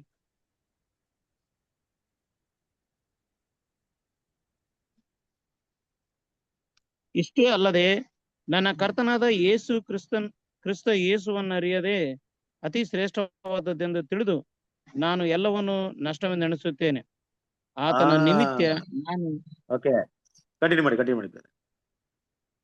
ನಿಮಿತ್ತ ನಾನು ಎಲ್ಲವನ್ನು ಕಳ್ಕೊಂಡು ಅದನ್ನು ಕಸವೆಂದೆಣಿಸುತ್ತೇನೆ. ನೋಡಿದ್ರ, ಆತ ನಿಮಿತ್ತ ಎಲ್ಲವನ್ನು ಕಳ್ಕೊಂಡು ಕಸವೆಂದು ಎಣಿಸುತ್ತೇನೆ. ದೇವ್ರ ಮಕ್ಳು ಇವತ್ತು ಕಸವಂತೂ ಹೇಳಿಸ್ತೀರಾ? ದೇವ್ರ ಮಕ್ಳು ನಾವ್ ಏನಂತ ತಿಳ್ಕೊಂಡಿದೀವಿ? ಲೋಕದ ವಿಷಯಗಳು. ಖಂಡಿತ ದೇವ್ರ ಮಕ್ಳು ನಮ್ಮಲ್ಲಿ ಇಂತಹ ಒಂದು ವಿಷಯ ಹೃದಯ ಆಳದಿಂದ ಇರೋಲ್ಲ. ಅದಕ್ಕೆ ಬ್ರದರ್ ಮಾತಾಡ್ಬೇಕಾದ್ರೆ, ನೂತನ ಸೃಷ್ಟಿಯಾಗಿರೋ ದೇವ್ರ ಮಕ್ಳು ಅಂತ ಗುರುತು ಏನಪ್ಪಾ ಅಂದ್ರೆ, ಸಭೆಯಾಗಿರುವಂತ ದೇವ್ರ ಮಕ್ಳು ಗುರುತು, ಅವರು ಚಿಕ್ಕ ತಪ್ಪು ಮಾಡ್ಕೊಂಡ್ರು ಸಮಾಧಾನವಾಗಿರಲ್ಲ ಅಂತ ಹೇಳ್ತಾರೆ. ಚಿಕ್ಕ ಒಂದು ತಪ್ಪು ಮಾಡ್ಬಿಟ್ರು ಅದು ಅವ್ರನ್ನ ಸಮಾಧಾನವಾಗಿ ಇರಕ್ ಬಿಡಲ್ಲ. ದೇವರ ಸನ್ನಿಧಿಗೆ ಹೋಗಿ ಕ್ಷಮಾಪಣೆ ಕೇಳಿ ಅಲ್ಲಿಂದ ಸಮಾಧಾನ ಪಡ್ಕೊಂಬರೋರ್ಗು ಅವ್ರು ಸಮಾಧಾನವಾಗಿರಲ್ಲ. ಅಂದ್ರೆ ತುಂಬಾ ಮುಂಜಾಗ್ರತವಾಗಿ ಸುವರಾಗಿರ್ತಾರೆ. ಯಾಕಂದ್ರೆ ದೇವರ ಸಮಾಧಾನವನ್ನು ಕಳ್ಕೊಂಡ್ಬಿಡ್ತೀವಿ. ಮೊದಲನೇ ಭಾಗದಲ್ಲಿ ನೋಡ್ಬೇಕಾದ್ರೆ, ಮೊದಲನೇ ವಾಕ್ಯದಲ್ಲಿ ದೇವರ ಸಮಾಧಾನವನ್ನು ಕಳ್ಕೊಂಡ್ಬಿಡ್ತೀವಿ. 2ನೇ ವಾಕ್ಯದಲ್ಲಿ ನೋಡ್ಬೇಕಾದ್ರೆ ಆ ಕೃಪಾಶ್ರಯದಿಂದ ಈಚೆ ಬಂದ್ಬಿಡ್ತೀವಿ. ಅದರಿಂದ ದೇವ್ರ ಮಕ್ಳದು ಎಷ್ಟು ಮುಖ್ಯವಾದಂತ ವಿಷಯ. ಈ ವಿಷಯ 2 ವಿಷಯ ನಮ್ಗೆ ಹೆಂಗ್ ಸಿಕ್ಕಿದೆ? ದೇವರಲ್ಲಿ ಇರುವಂತ ಸಮಾಧಾನ ಇರ್ಬೋದು, ಆ ಕೃಪಾಶ್ರಯದಲ್ಲಿ ಇರುವಂತ ವಿಷಯ ನಮ್ಗೆ ಹೆಂಗ್ ಸಿಕ್ಕಿದೆ? ಹೆಂಗ್ ಸಿಕ್ತು?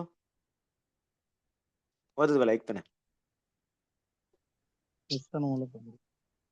ಹೇಳ್ರಿ, ಕ್ಲಿಯರ್ ಆಗಿ ಹೇಳ್ಬೇಕು, ಕೇಳಿಸ್ತಾ ಇಲ್ಲ.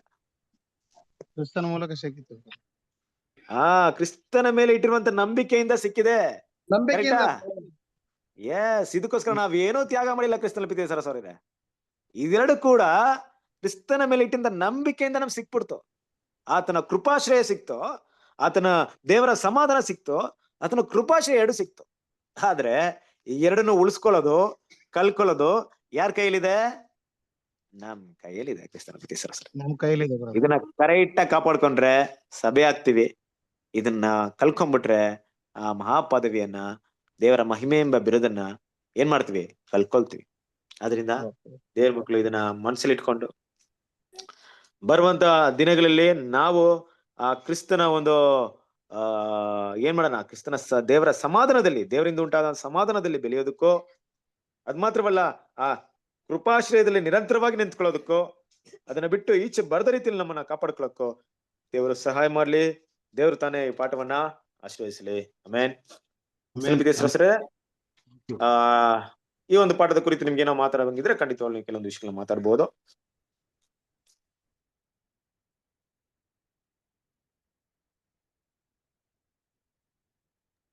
ಅದೇ ಬ್ರದರ್, ನಾವು ದಿನ ಏನಂತಂದ್ರೆ ದೇವ್ರಿಗೆ ನಾವು ಅನುದಿನದಲ್ಲಿ ನಮ್ಗೆ ಸಿಕ್ಕಿರ್ತಕ್ಕಂಥದಕ್ಕಾಗಿ ನಾವು ಕೃತಜ್ಞತೆ ಹೇಳ್ತಾ ಇದ್ದೀವಿ.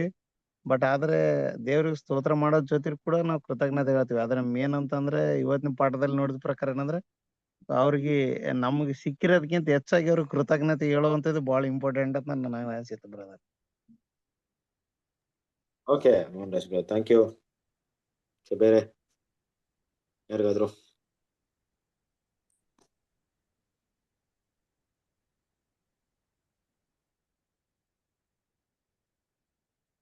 ಹೇಳಿ ಶಾಂತಮ್ಮ ಸಿಸ್ಟರ್.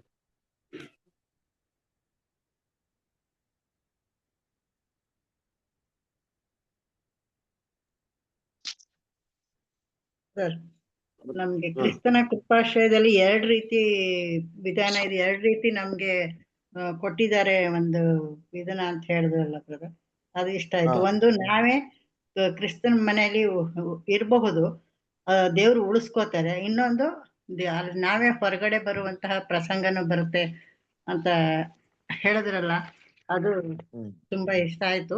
ಮತ್ತೆ ನಾವು ಒಂದು ವೇಳೆ ಹೌದು ನಾವು ಬಲಹೀನತೆಯಿಂದ ಅವಾಗ ಪಾಪ ಮಾಡ್ತೀವಿ ಅಂತ ನಿಜ. ಆದ್ರೆ ಒಂದ್ಸರಿ ಬಂದು ನಾವು ಒಪ್ಕೊಂಡ್ಮೇಲೆ ಮತ್ತೆ ಅಂತ ಪಾಪಕ್ಕೆ ಹೋಗದೆ ಹೋದ್ರೆ ನಾವು ಖಂಡಿತ ದೇವ್ರ ಬಳಿಯಲ್ಲಿ ಇರೋದಕ್ಕೆ ಅರ್ಹತೆಯನ್ನ ಪಡ್ಕೋತೀವಿ.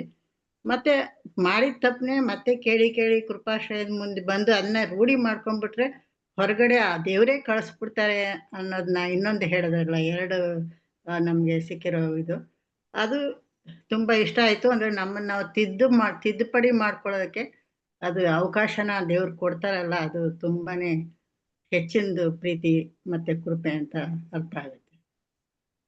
ಓಕೆ ಓಕೆ ಅಮ್ಮ, ಥ್ಯಾಂಕ್ ಯು. ನಮ್ಮ ಬಸವರಾಜ್ ಬ್ರದರ್.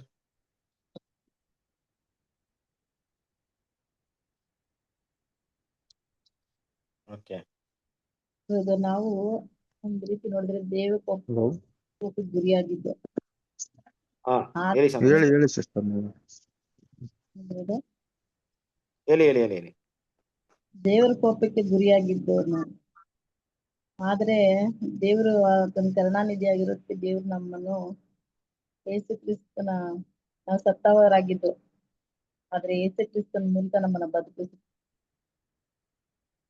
ಕ್ರಿಸ್ತನ ಬದುಕಿಸಿದ್ರು ದೇವರು. Okay okay sister Shanthamma sister, thank you. ಅದೇ ಅಂದ್ರೆ ಹೋರಾಟ ಬರ್ತಾ ಇರ್ತದೆ ಕ್ಷಣಕ್ಕೂ ನಮ್ಗೆ ಶೋಧನೆ ಇದೆ, ಇಲ್ಲ ಅಂತ ಹೇಳಕ್. ಆದ್ರೆ ನಾವು ಆದಷ್ಟು ನಾವ್ ಮಾಡ್ಬೇಕಂತ ಇರಲ್ಲ ಬ್ರದರ್, ಯೋಚನೆಗಳಲ್ಲಿ ಗೊತ್ತೇ ಆಗಲ್ಲ ನಮ್ಗೆ ಬರುವಂತ ಒಂದೊಂದು. ಆದ್ರೂ ದೇವ್ರ ಸನ್ನಿಧಾನಕ್ಕೆ ನಾವು ತಗ್ಗಿಸಿ ಹೋದಾಗ ತಂದೆ ನಮ್ಮನ್ನ ತಂದೆದ ಕ್ಷಮಿಸ್ತಾರ. ಸಮಯದಲ್ಲೇ ಹೋಗ್ಬೇಕು ದೇವ್ರ ಸನ್ನಿಧಾನಕ್ಕೆ. Okay okay sister, thank you.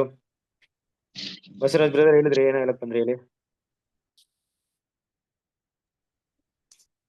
ಅದು ಅಷ್ಟೇನ ಬ್ರದರ್, ಏನಂತ ಹೇಳಿದ್ರೆ ದೇವ್ರು ನಮ್ಮ ಬಲನೆತೆಯನ್ನ ಚೆನ್ನಾಗಿ ಬಲ್ಲವರಾಗಿದ್ದಾರೆ ಬ್ರದರ್. ಯಾಕಂತಾರೆ ನಾವು ಮಣ್ಣು ಧೂಳಿಗೂ ಕೂಡ ಸಮನಾರಲ್ಲ. ಅಂಥದ್ರಲ್ಲಿ ಈ ಒಂದು ಸಣ್ಣ ಅಲ್ಪವಾದ ಜೀವಿತದಲ್ಲಿ, ಅಲ್ಪವಾದ ಒಂದು ದೇಹದಲ್ಲಿ ನಾವು ಎಷ್ಟು ಮಾತ್ರದಲ್ಲಿ ನಾವು ಪರಿಶುದ್ಧತೆಯನ್ನು ಮೇಂಟೈನ್ ಮಾಡ್ಬೋದು. ಬಟ್ ಆ ಪ್ರಯತ್ನ ನಮ್ದಿದ್ರೆ ಸಾಕಂತ ನನ್ನ ಪ್ರಯತ್ನ. ಆ ಪ್ರಯತ್ನದಲ್ಲಿ ನಾವಿರ್ಬೇಕು. ಒಮ್ಮೊಮ್ಮೆ ಮನುಷ್ಯ ಮಾಡುವಂತ ತಪ್ಪುಗಳು ದೇವ್ರಿಗೆ ಗೊತ್ತಿರೋ ವಿಚಾರಗಳನ್ನ ಆದ್ರೂ ನಾವು ಕ್ಷಮಿಸ್ತಾರ ಅಂತ ಹೇಳ್ಬಿಟ್ಟು ನಾವು ಪುನಃ ತಪ್ಪು ಮಾಡ್ದಂಗೆ ಮ್ಯಾಕ್ಸಿಮಮ್ ಅದನ್ನ ಅವಾಯ್ಡ್ ಮಾಡೋ ಪ್ರಯತ್ನ ಮಾಡ್ಬೇಕು. ಎರಡನೇದಾಗಿ ಒಂದ್ ವೇಳೆ ಎಲ್ಲರೂ ಸಿಸ್ಟರ್ಗಳು ಹೇಳ್ದಂಗೆ ನಾವೇನೇ ತಪ್ಪು ಮಾಡಿದ್ರು ಆ ಕ್ಷಣದಲ್ಲಿ ದೇವರಿಗೆ ನಾವು ಕ್ಷಮೆ ಕೇಳ್ಬೇಕು, ಕನ್ಫೆಸ್ ಮಾಡ್ಕೋಬೇಕು ಅನ್ನೋಂಥದ್ದು ಒಳ್ಳೆ ವಿಚಾರ ಬರ್ತದೆ. ಅದ್ರ ಮೂಲಕ ನಾವು ಪುನಃ ದೇವ್ರ ಸಾನ್ನಿಧ್ಯದಲ್ಲಿ ಮುಂದುವರಿಬಹುದು ಅನ್ನೋಂಥದ್ದು ಅಷ್ಟೇ. Thank you Basavaraj brother. Okay, Lakshmi sister. Lakshmi sister ಇದ್ದೀರಾ?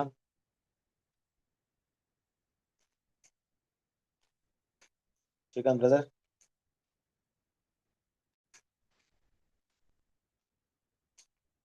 ಶ್ರೀಕಾಂತ್ ಬ್ರದರ್. ಹಾ ಬ್ರದರ್ ಹೇಳಿ.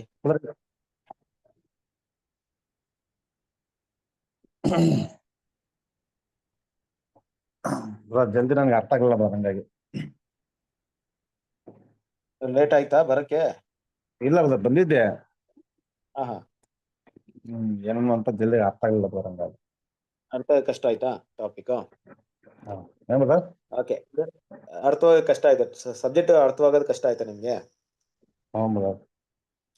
ಓಕೆ ಸರಿ, ಯೂಟ್ಯೂಬ್ ಅಲ್ಲಿ ಕೇಳಿ. ಜಸ್ಟ್ ನಾನು ಒಂದು ವಿಷಯ ಏನ್ ಹೇಳ್ತೀನಿ ಅಂದ್ರೆ, ಇಲ್ಲಿ 5ನೇ ಅಧ್ಯಾಯ 1ನೇ ವಾಕ್ಯದಲ್ಲಿ ದೇವರ ಸಮಾಧಾನ ಬಗ್ಗೆ ಮಾತಾಡ್ತಾರೆ. ದೇವ್ರ ಮಕ್ಕಳು ಸಮಾಧಾನ ಕಾಪಾಡ್ಕೊಳ್ಳುವಂತ ನಮ್ಮ ವಿಷಯ ಇದೆ, ನಮ್ಮ ಒಂದು ಜವಾಬ್ದಾರಿ ಇದೆ. ಓಕೆನಾ? ನಾವು ಸಮಾಧಾನವನ್ನ ಕಳ್ಕೊಳ್ಳೋದು ಏನಪ್ಪಾ ಅಂದ್ರೆ ಅದು ನಮ್ಗೆ ಗುರುತು, ದೇವರಿಂದ ದೂರ ಆಗ್ತಿದೀವಿ ಅನ್ಬಿಟ್ಟು. ಅದರಿಂದ ದೇವ್ರ ಮಕ್ಕಳು ಸಮಾಧಾನವನ್ನ ಕಳ್ಕೊಬಹುದು. ಕಳ್ಕೊಳ್ಳೋದು ಏನಪ್ಪಾ ಅಂದ್ರೆ ಪಾಪ ಮಾಡ್ತಾ ಇದ್ವಿ, ಏನೋ ತಪ್ಪು ಮಾಡ್ತಾ ಇದ್ವಿ ಅನ್ನೋದು ಸಮಾಧಾನ ಕಳ್ಕೊಳ್ಳೋದಕ್ಕೆ ಗುರುತು.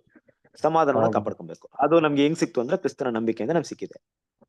2ನೇ ವಾಕ್ಯದಲ್ಲಿ ಏನಪ್ಪಾ ಹೇಳುತ್ತಂದ್ರೆ ಕೃಪಾಶ್ರಯದಲ್ಲಿ ಹೋಗಿದ್ದೀವಿ. ಅದು ಕೂಡ ಏನಪ್ಪಾ ಅಂದ್ರೆ ನಂಬಿಕೆಯಿಂದನೇ ಸಿಕ್ಕಿದೆ.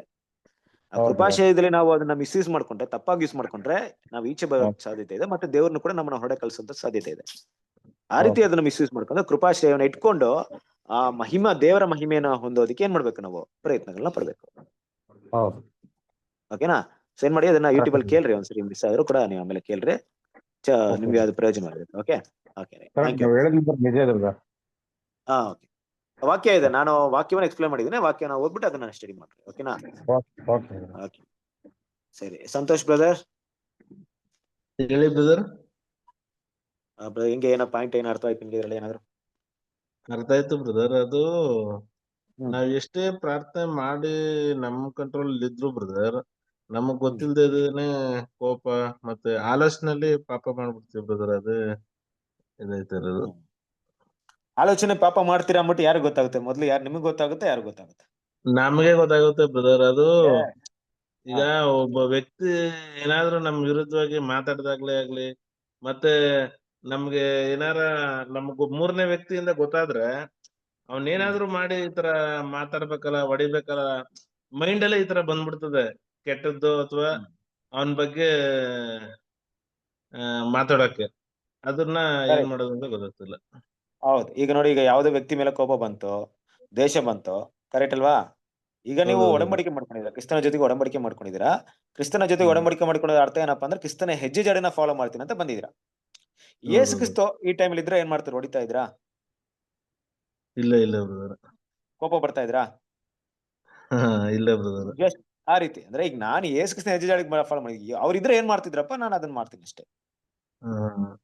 ಕೊನೆಗೆ ಬೇರೆಯವ್ರ ಕಡೆಯಿಂದ ಬರ್ನಿಲ್ಲ ಅಂದ್ರು ಬ್ರದರ್, ಸ್ವಂತ ಮನೆಯವರಿಂದ ವೈಫಿಂದನೇ ಬಂದ್ಬಿಡ್ತದೆ. ಟೆನ್ಷನ್ ಆಗ್ಲಿ, ಏನೋ ಒಂದು ಈ ತರ ವಾಕ್ಯಕ್ಕೆ ವಿರುದ್ಧವಾಗೇ ಮಾತಾಡ್ಬಿಡ್ತಾರೆ, ಅವರೇ ಆಗ್ಲಿ ಮಕ್ಕಳೇ ಆಗ್ಲಿ. ಎಲ್ರು ಕೂಡ ಹಂಗೆ, ಎಲ್ಲಾ ಮನೆಯಲ್ಲೂ ಇದೇ ಸನ್ನಿವೇಶಗಳಿರೋದು ಬ್ರದರ್. ಎಲ್ಲರ ಒಂದು ಪರಿಸ್ಥಿತಿ ಹಿಂಗೆ ಇದೆ. ನಾವು ಹೋರಾಡ ಬರ್ಬೇಕಂದ್ರೆ ದೇವ್ರ ಇದು ಅನುಮತಿ ಮಾಡಿದ್ರೆ, ದೇವ್ರ ಅನುಮತಿ ಮಾಡಿದ್ದಾರೆ. ಇಷ್ಟೆಲ್ಲಾ ದೇವ್ರ ನಮ್ಮ ಮೇಲೆ ಪ್ರೀತಿ ಇಟ್ಟಿರೋ ದೇವ್ರು ಅದನ್ನ ತೆಗ್ದಾಕಕ್ಕಾಗಲ್ವಾ? ದೇವ್ರಿಗೆ ಮನಸ್ಸು ಮಾಡಿದ್ರೆ ತೆಗ್ದಾಕ್ಬೇಕಾಯ್ತು, ಆ ಸನ್ನಿವೇಶನ ಬದಲಾವಣೆ ಮಾಡ್ಬೋದಾಯ್ತು ದೇವ್ರು. ಆದ್ರೆ ಬದಲಾವಣೆ ಮಾಡಿಲ್ಲ. ಯಾಕಂದ್ರೆ ನಮ್ಮ ಗುಣಗಳು ಅಲ್ಲೇ ಬೆಳೆಯೋದು, ಕರೆಕ್ಟ್ ಅಲ್ವಾ? ಅಂತ ಸನ್ನಿವೇಶ ಬಂದಾಗ ನಾವು ತಪ್ಪು ಮಾಡಿದಾಗ ರಿಯಲೈಸ್ ಮಾಡಿ ಕೃಪಾಸನದ ಹತ್ರ ಹೋಗಿ ಮತ್ತೆ ದೇವ್ರ ಹತ್ರ ಕ್ಷಮಾಪಣೆ ಕೇಳಿ ಮತ್ತೆ ಮಾಡೋದಕ್ಕೆ ಪ್ರಯತ್ನ ಪಡೋಣ. ಬಲಹೀನತೆಯಿಂದ ಮಾಡಿದ್ರು ಕೂಡ ದೇವ್ರು ಮತ್ತೆ ಕ್ಷಮಿಸ್ತಾರೆ. ಒಂದಲ್ಲ ಒಂದಿನ ಅದನ್ನ ಜಯಿಸ್ಬೇಕು, ಕರೆಕ್ಟ್ ಅಲ್ವಾ? ಈಗ ನೀವು ಎಷ್ಟು ಸರಿ ಬೇಕಾದ್ರೆ ಬೀಳ್ಬೋದು, ಆದ್ರೆ ಒಂದು ದಿನ ನಿಂತ್ಕೊಳ್ಳೇಬೇಕು. ನಿಂತ್ಕೊಳ್ಳುವಂತ ಗುಣ ಬೆಳೆಸ್ಕೊಳ್ಳೇಬೇಕಾದ್ರೆ ಬಿದ್ದೇ ಇರ್ತೀನಿ ಅಂದ್ರೆ ಕೃಪೆ ಏನಕ್ಕೆ ಬೇಕು? ಬೇಕೇ ಆಗಿಲ್ಲ ಕೃಪೆ ಅಲ್ವಾ? ಯಾವಾಗ್ಲೂ ಬಿದ್ದೇ ಇರ್ತಾರ ಅವನನ್ನ ನೀವು ತಗೊಂಡ್ ಈಗ ನಾನು ಎಲ್ಲೇ ಹಾಕಿದ್ರು ಮತ್ತೆ ನಾವು ಕೆಸರಲ್ಲೇ ಬೀಳ್ತೀವಿ ಅಂತ ಅನ್ನೋದನ್ನ ತಗೊಂಬಂದು ಸ್ನಾನ ಮಾಡ್ಸೋ ಪ್ರಯೋಜನ ಇದೆಯಾ? ಹೌದೌದು. ಆದ್ರೆ ಒಂದಲ್ಲ ಒಂದಿನ ನಮ್ ಮಗ್ಳು ಕೆಸರಿಗೆ ಹೋಗಲ್ಲ, ಮಕ್ಳು ಕೆಸರಿಗೆ ಹೋಗಲ್ಲ ಅಂತಾನೆ ದೇವ್ರು ನಮಗೆ ಮತ್ತೆ ಮತ್ತೆ ಕೃಪೆ ಕೊಡ್ತಾರೆ, ಮತ್ತೆ ಮತ್ತೆ ತೊಳಿತಾರೆ ನಮ್ಮನ್ನ. ಕರೆಕ್ಟ್ ಅಲ್ವಾ? ನಾವು ಕೂಡ ಇವತ್ತು ನಾನ್ ಬಿಟ್ರು ಪರವಾಗಿಲ್ಲ, ದೇವ್ರ ಹತ್ರ ಹೋಗಿ ಕ್ಷಮಾಪಣೆ ಕೇಳ್ತೀನಿ, ಮತ್ತೆ ಒಂದಲ್ಲ ಒಂದಿನ ಹೋರಾಡಿ ಗೆಲ್ತಿ ದೇವ್ರು ಬಲ ಕೊಡ್ತಾರೆ ಅಂತ ಮೈಂಡ್ ಇಟ್ಕೊಬೇಕು. ಏನಾ ದೇವ್ರು ನಡೆಸ್ತಾರೆ ನಿಮ್ಗೆ.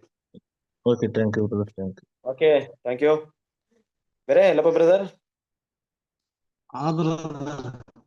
ಬ್ರದರ್ ನಾವು ಈಗ ನಂಬಿಕೆಯಿಂದ ನೀತಿವಂತರಾಗಿದ್ದೇವೆ. ಆದ್ರೆ ದೇವರಿಗೆ ಯೇಸು ಕ್ರಿಸ್ತನ ಮೂಲಕವಾಗಿ ಸಮಾಧಾನದಲ್ಲಿದ್ದೇವೆ, ಅದರಲ್ಲಿ ನಾವು ಇರೋಣ ಅಂತ ಇರ್ತದೆ. ಆದ್ರೆ ನಮಗೆ ನಾವು ಯಾವಾಗಾದ್ರೂ ನಾವು ಅದರಲ್ಲಿ ಇರ್ಬೇಕು. ಅಕಸ್ಮಾತ್ ನಮ್ಮಲ್ಲಿ ಏನಾದ್ರೂ ನಮ್ಮಲ್ಲಿ ಕೆಟ್ಟ ಸೋದರ ಇದ್ದಾಗಲಿ ಏನಾದರೂ ಸಮಸ್ಯೆ ಇದು ಬಂದಾಗಲೇ ನಾವು ನಮ್ಗೆ ಇರುವ ಮಾಯಾಜಕನ ಬಗ್ಗೆ ನಾವು ಅವ್ರ ಬಗ್ಗೆ ನಾವು ಅವ್ರ ಬಗ್ಗೆ ಯೋಚನೆ ಮಾಡಿದರೆ ಅದನ್ನ ನಾವು ಜಯಿಸ್ಬೋದ್ರಿ ಬ್ರದರ್, ಯಾವುದೋ ಒಂದು ಇರ್ಲಿ. ಓಕೆ, ಖಂಡಿತ. ಸೊ ಒಳ್ಳೆ ಒಂದು ಮಾತು ಇದು ನೋಡಿ. ನೀವು ಹೇಳಿದಂತ ಒಂದು ಮಾತ್ರಲ್ಲಿ ಎಷ್ಟು ಒಂದು ಅರ್ಥಗರ್ಭಿತವಾಗಿದೆ ಅಂದ್ರೆ, ನಾವು ಹಲವಾರು ಸರಿ ಶೋಧನೆಗೊಳಪಟ್ಟು ಪಾಪ ಮಾಡೋಕೆ ಕಾರಣ ಏನಪ್ಪಾ ಅಂದ್ರೆ ನಮ್ಮ ಮಹಾಯಾಜಕನನ್ನ ನೋಡಲ್ಲ. ಮಹಾಯಾಜಕನಂದ್ರೆ ಯೇಸು ಕ್ರಿಸ್ತನ, ಆತನ ಬಾಧೆಗಳನ್ನ, ನಮಗೋಸ್ಕರ ಪಟ್ಟಂತ ತ್ಯಾಗವನ್ನ ಆ ಕ್ಷಣದಲ್ಲಿ ಗಮನಿಸದೇ ಇರೋದು ಒಂದು ವಿಷಯ. ಹಾಗೆ ಅದನ್ನ ಅರ್ಥ ಮಾಡ್ಕೊಂಡ್ಬಿಟ್ರೆ ಖಂಡಿತವಾಗ್ಲೂ ನಾವೇನ್ ಮಾಡ್ತೀವಿ ಅಂದ್ರೆ ಅದನ್ನ ಮಾಡಿಂದನ, ಆದ್ರೆ ಆಮೇಲೆ ನಾವು ಅದನ್ನ ಅವ್ರನ್ನ ಆಲೋಚನೆ ಮಾಡ್ಕೊಂಡ್ಬಿಟ್ರೆ ಅದನ್ನ ನಮ್ಗೆ ಸರಿ ಹೋಗ್ತದೆ ಅಂತ ನಮ್ಗೆ ಅನ್ಸುತ್ತೆ. ಹೌದು, ಖಂಡಿತ ಅಲ್ವಾ? ಬೇರೆ ದಾರಿನೇ ಇಲ್ಲ ನಮ್ಗೆ. ನಮ್ಮೆಲ್ರಿಗೂ ಒಂದೇ ದಾರಿ. ಅಂದ್ರೆ ನೀವು ಒಂದ್ ವಾಕ್ಯ ನೋಡ್ರಿ, ಮುಗಿಸ್ಬಿಡ್ತೀನಿ, ನಾನು ಜಾಸ್ತಿ ಟೈಮ್ ತಗೊಳಲ್ಲ. ಯೋಹಾನ ಸುವಾರ್ತೆ 15ನೇ ಅಧ್ಯಾಯ, ನಿಮ್ಗೆ ಗೊತ್ತೇ ಇದೆ ವಾಕ್ಯ. ಅಂದ್ರೆ ವಾಕ್ಯ ಏನ್ ಹೇಳ್ತಿದೆ ಅಂದ್ರೆ, ನನ್ನನ್ನ ಬಿಟ್ಟು ನಿಮ್ಮಿಂದ ಏನು ಮಾಡಕ್ಕಾಗಲ್ಲ ಅಂತ ವಾಕ್ಯ ಇದೆ. ನೀವು ಓದಿರ್ಬೋದು ವಾಕ್ಯ. ಅಂದ್ರೆ ನಾನಿಂದ ಏನು ಮಾಡಕ್ಕಾಗಲ್ಲ, ಕ್ರಿಸ್ತನಿಂದ ನಮ್ಮಲ್ಲಿ ಯಾವುದೇ ಗುಣಗಳನ್ನ ಬದಲಾವಣೆ ಮಾಡಕ್ಕೆ ಆಗಲ್ಲ. ಓದ್ರಿ ವಾಕ್ಯವನ್ನ 5ನೇ ಅಧ್ಯಾಯ 15ನೇ ಅಧ್ಯಾಯ 5ನೇ ವಾಕ್ಯ. ನಾನೇ ಓದ್ತೀನಿ ನೋಡ್ರಿ, ಕೇಳ್ಕೊಳ್ಳಿ. ಒಬ್ಬನು ನನ್ನಲ್ಲಿಯೂ ನಾನು ಅವನೇ ನೆಲೆಗೊಂಡಿದ್ದರೆ ಅವನು ಬಹಳ ಫಲ ಕೊಡೋನು, ನೀವು ನನ್ನನ್ನು ಬಿಟ್ಟು ಏನು ಮಾಡಲಾರಿರಿ ಅಂತಿದೆ ವಾಕ್ಯ. ಅದ್ರ ಅರ್ಥ ನೀವ್ ಹೇಳಿದ ಪ್ರಕಾರ ಏನಪ್ಪಾ ಅಂದ್ರೆ, ಕ್ರಿಸ್ತನಿಂದ ನಮ್ ಕೈಲಿ ಏನು ಮಾಡಕ್ಕಾಗಲ್ಲ. ಯಾವಾಗ್ಲೂ ಕ್ರಿಸ್ತನ ಬೇಕಾಗಂತ ವಿಷಯ.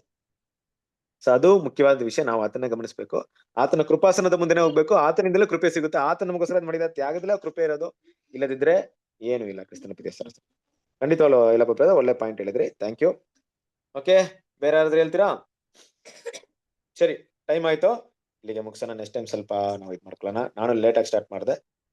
ಕೊನೆಯದಾಗಿ ನಾವು ರಾತ್ರಿ ಗೀತೆಗಳನ್ನ ಓದಿ ಇವತ್ತಿನ ಪಾಠವನ್ನ ಅಂತ್ಯ ಮಾಡೋಣ. ಸೊ ರಾತ್ರಿ ಗೀತೆನ ಯಾರು ಓದ್ತೀರಾ?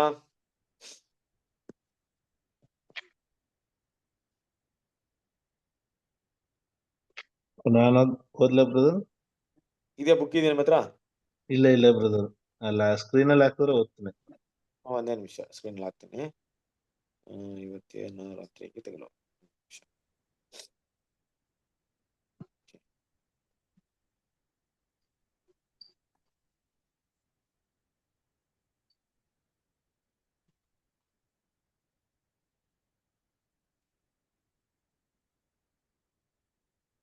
ಕಾಣಿಸ್ತಾ ಇದೆಯಾ?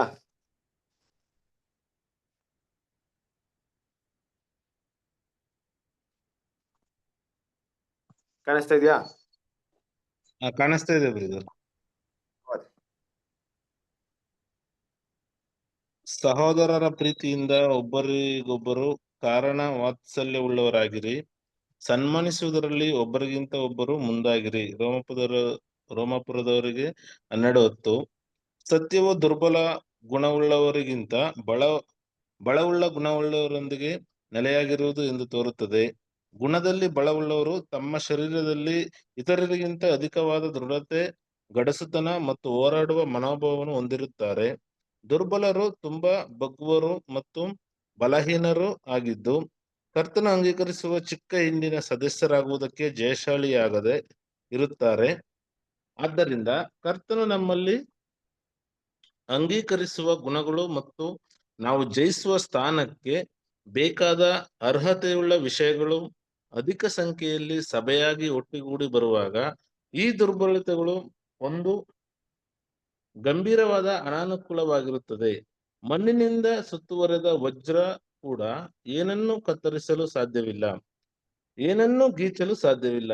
ಆದರೆ 1 ಡಜನ್ ವಜ್ರಗಳನ್ನು ಒಟ್ಟಿಗೆ ಸೇರಿಸಿ ನೀವು ಮಣ್ಣಿನ ಅಂಶವನ್ನು ತೊಡೆದು ಹಾಕಿದಷ್ಟು ಹೆಚ್ಚು ಗಟ್ಟಿಯಾಗುವುದು, ಉಜ್ಜುವುದು ಮತ್ತು ಕತ್ತರಿಸುವ ಸಾಧ್ಯತೆ ಇರುತ್ತದೆ.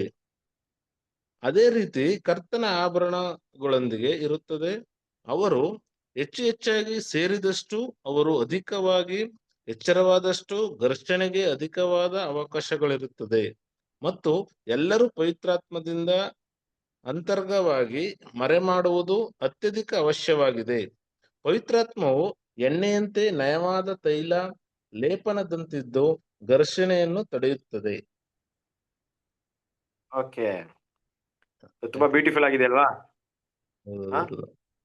ಸರ್, ಸಹೋದರ ಪ್ರೀತಿ ನೋಡ್ರಿ ಎಷ್ಟೊಂದು ಪಾಯಿಂಟ್ ಇಲ್ಲಿ ಮಾತಾಡ್ಕೊಂಡ್ ಬರ್ತಾರೆ. ಅಂದ್ರೆ ನೋಡಿ, ಈಗ ವೀಕ್ ಆಗಿರೋರು ಅಂದ್ರೆ ಬಾಡಿಯಲ್ಲಿ, ಈಗ ಬಾಡಿ ಬಿಲ್ಡರ್ಸ್ ಆಗಿ ಒಳ್ಳೆ ಎನರ್ಜಿ ಇರೋಲ್ಲ ಅಷ್ಟಂತಲ್ಲ ದೇವ್ರ ದೃಷ್ಟಿಯಲ್ಲಿ.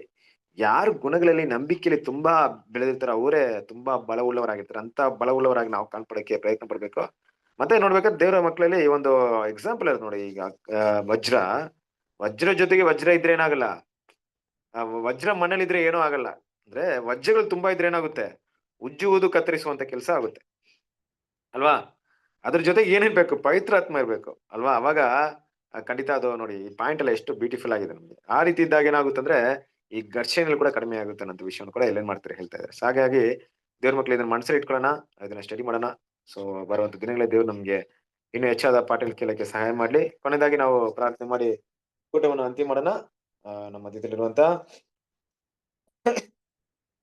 ಪ್ರಾರ್ಥನೆ ಮಾಡ್ತೀರಾ? ಯಾರಾದ್ರು ಇಲ್ಲಿವರೆಗೂ ಪ್ರಾರ್ಥನೆ ಮಾಡದೇ ಇರೋರು ಯಾರೋ ಮಾಡ್ತೀರಾ? ನಾನು ಹೆಸರು ಕರೀತಾ ಇದ್ದವ್ರನ್ನ, ನನಗೇನಪ್ಪಾ ಅಂದ್ರೆ ಈಗ ನಾನು ಕರಿತಾ ಇರ್ತೀನಿ ಹೆಸರನ್ನ, ಒಂದ್ ವೇಳೆ ಸಹೋದರಿಗೆ ಯಾರು ಅವಕಾಶ ಕೊಡ್ಬೇಕಂತ ಯೋಚನೆ ಮಾಡ್ತಾ ಇರ್ತೀನಿ. ಕೆಲವೊಂದ್ ಟೈಮಲ್ಲಿ ನನಗೂ ಗೊತ್ತಿರಲ್ಲ. ಸಂತೋಷ್ ಬ್ರದರ್ ಪ್ರಾರ್ಥನೆ ಮಾಡ್ತೀರಾ? ಮಾಡ್ತೀನಿ ಬ್ರದರ್. ನಮ್ಮನ್ನು ಬಹಳವಾಗಿ ಪ್ರೀತಿಸುವ ಪರಿಶುದ್ಧನಾದ ಪರಲೋಕದಲ್ಲಿರೋ ನಮ್ಮ ತಂದೆಯಾದ ದೇವರೇ, ಅಪ್ಪ, ಈ ರಾತ್ರಿ ಸಮಯದಲ್ಲಿ ಕರ್ತನೆ ವಾಕ್ಯಗಳನ್ನು ಧ್ಯಾನಿಸುವಂತೆ ಕೊಟ್ಟಂತ ಈ ಸಮಯಕ್ಕಾಗಿ, ಮುದ್ದಾದ ಸಮಯಕ್ಕಾಗಿ ನಿಮಗೆ ಕೃತಜ್ಞತೆನ ವಂದನೆ ಸಲ್ಲಿಸ್ತೇನೆ ಕರ್ತನೆ. ಆಯುಷ್ ಕಾಲದಲ್ಲಿ ಸಹ ಈ ದಿನವನ್ನು ಕೂಡಿಸಿಕೊಟ್ಟು ಕರ್ತನೆ ಅಪ್ಪ, ಚಿಕ್ಕ ಹಿಂಡಾಗಿ ನಮ್ಮನ್ನ ಕರೆದಿರುವ ಒಂದು ಸಭೆಗೆ ಕರೆದಿರುವ ಎಲ್ಲರನ್ನು ಕರ್ತನೆ ಅಪ್ಪ, ಈ ರಾತ್ರಿ ವೇಳೆಯಲ್ಲಿ ಕೂಡಿಸಿದ್ರಿ, ಅದಕ್ಕಾಗಿ ನಿಮ್ಗೆ ಸ್ತೋತ್ರ ಮಾಡ್ತೇನೆ. ಬ್ರದರ್ ಮುಖಾಂತರ ಕರ್ತನೆ ಅಪ್ಪ, ನಾವು ಯಾವ ರೀತಿ ಜಯಿಸ್ಬೇಕು, ಪಾಪನ ಯಾವ ರೀತಿ ಜಯಿಸ್ಬೇಕು, ನಮ್ಮ ಆಲೋಚನೆಯಲ್ಲಿ ಬರುವ ಒಂದು ವಿಷಯಗಳನ್ನ ಕರ್ತನೆ ಯಾವ ರೀತಿ ಜಯಿಸ್ಬೇಕು ಅಂತ ಕಲಿಸ್ಕೊಟ್ಟಿದ್ರಿ, ಅದಕ್ಕಾಗಿ ನಿಮ್ಗೆ ಕೃತಜ್ಞತೆ ವಂದನೆ ಸಲ್ಲಿಸ್ತೇನೆ ಕರ್ತನೆ. ಇನ್ನೂ ಹೆಚ್ಚಾಗಿ ಸತ್ಯವನ್ನು ತಿಳ್ಕೊಂಡು ಕರ್ತನೆ ವಾಕ್ಯಗಳಿಗೆ ವಿಧೇಯರಾಗಿ ಜೀವಿಸುವಂತೆ ಅಪ್ಪ, ಪಾಪ ಅನ್ನು ಜಯಿಸುವಂತೆ ಅಪ್ಪ, ನೀನು ಜಯಿಸಿ ತಂದೆಯ ದೇವರೇ ಸಿಂಹಾಸನದ ಮೇಲೆ ಕೂತ್ಕೊಂಡ ಪ್ರಕಾರ ನಾವು ಸಹ ಎಲ್ಲವನ್ನ, ಲೋಕವನ್ನ, ಪಾಪವನ್ನ, ಆಲೋಚನೆಯನ್ನ ಎಲ್ಲವನ್ನ ಜಯಿಸುವಂತೆ ಸಹಾಯ ಮಾಡಿ ಅಂತ ಪ್ರಾರ್ಥಿಸ್ತಾ ಇದ್ದೀನಿ. ಅಷ್ಟು ಮಾತ್ರವಲ್ಲದೆ ವಾಕ್ಯಗಳಲ್ಲಿ ಇನ್ನೂ ದೃಢವಾಗಿ ನಿಲ್ಲುವಂತೆ ಸಹಾಯ ಮಾಡಿ ಅಂತ ಕೇಳ್ಕೊತೀನಿ. ಬ್ರದರನ್ನು ಸಹ ಆಶೀರ್ವದಿಸಿ, ವಾಕ್ಯವನ್ನು ಕೇಳಿದ ಎಲ್ಲರನ್ನು ಪ್ರತಿಯೊಬ್ಬರನ್ನು ಆಶೀರ್ವದಿಸಿ ಅಂತ ಕೇಳ್ಕೊತಿದ್ದೀನಿ ಕರ್ತನೆ.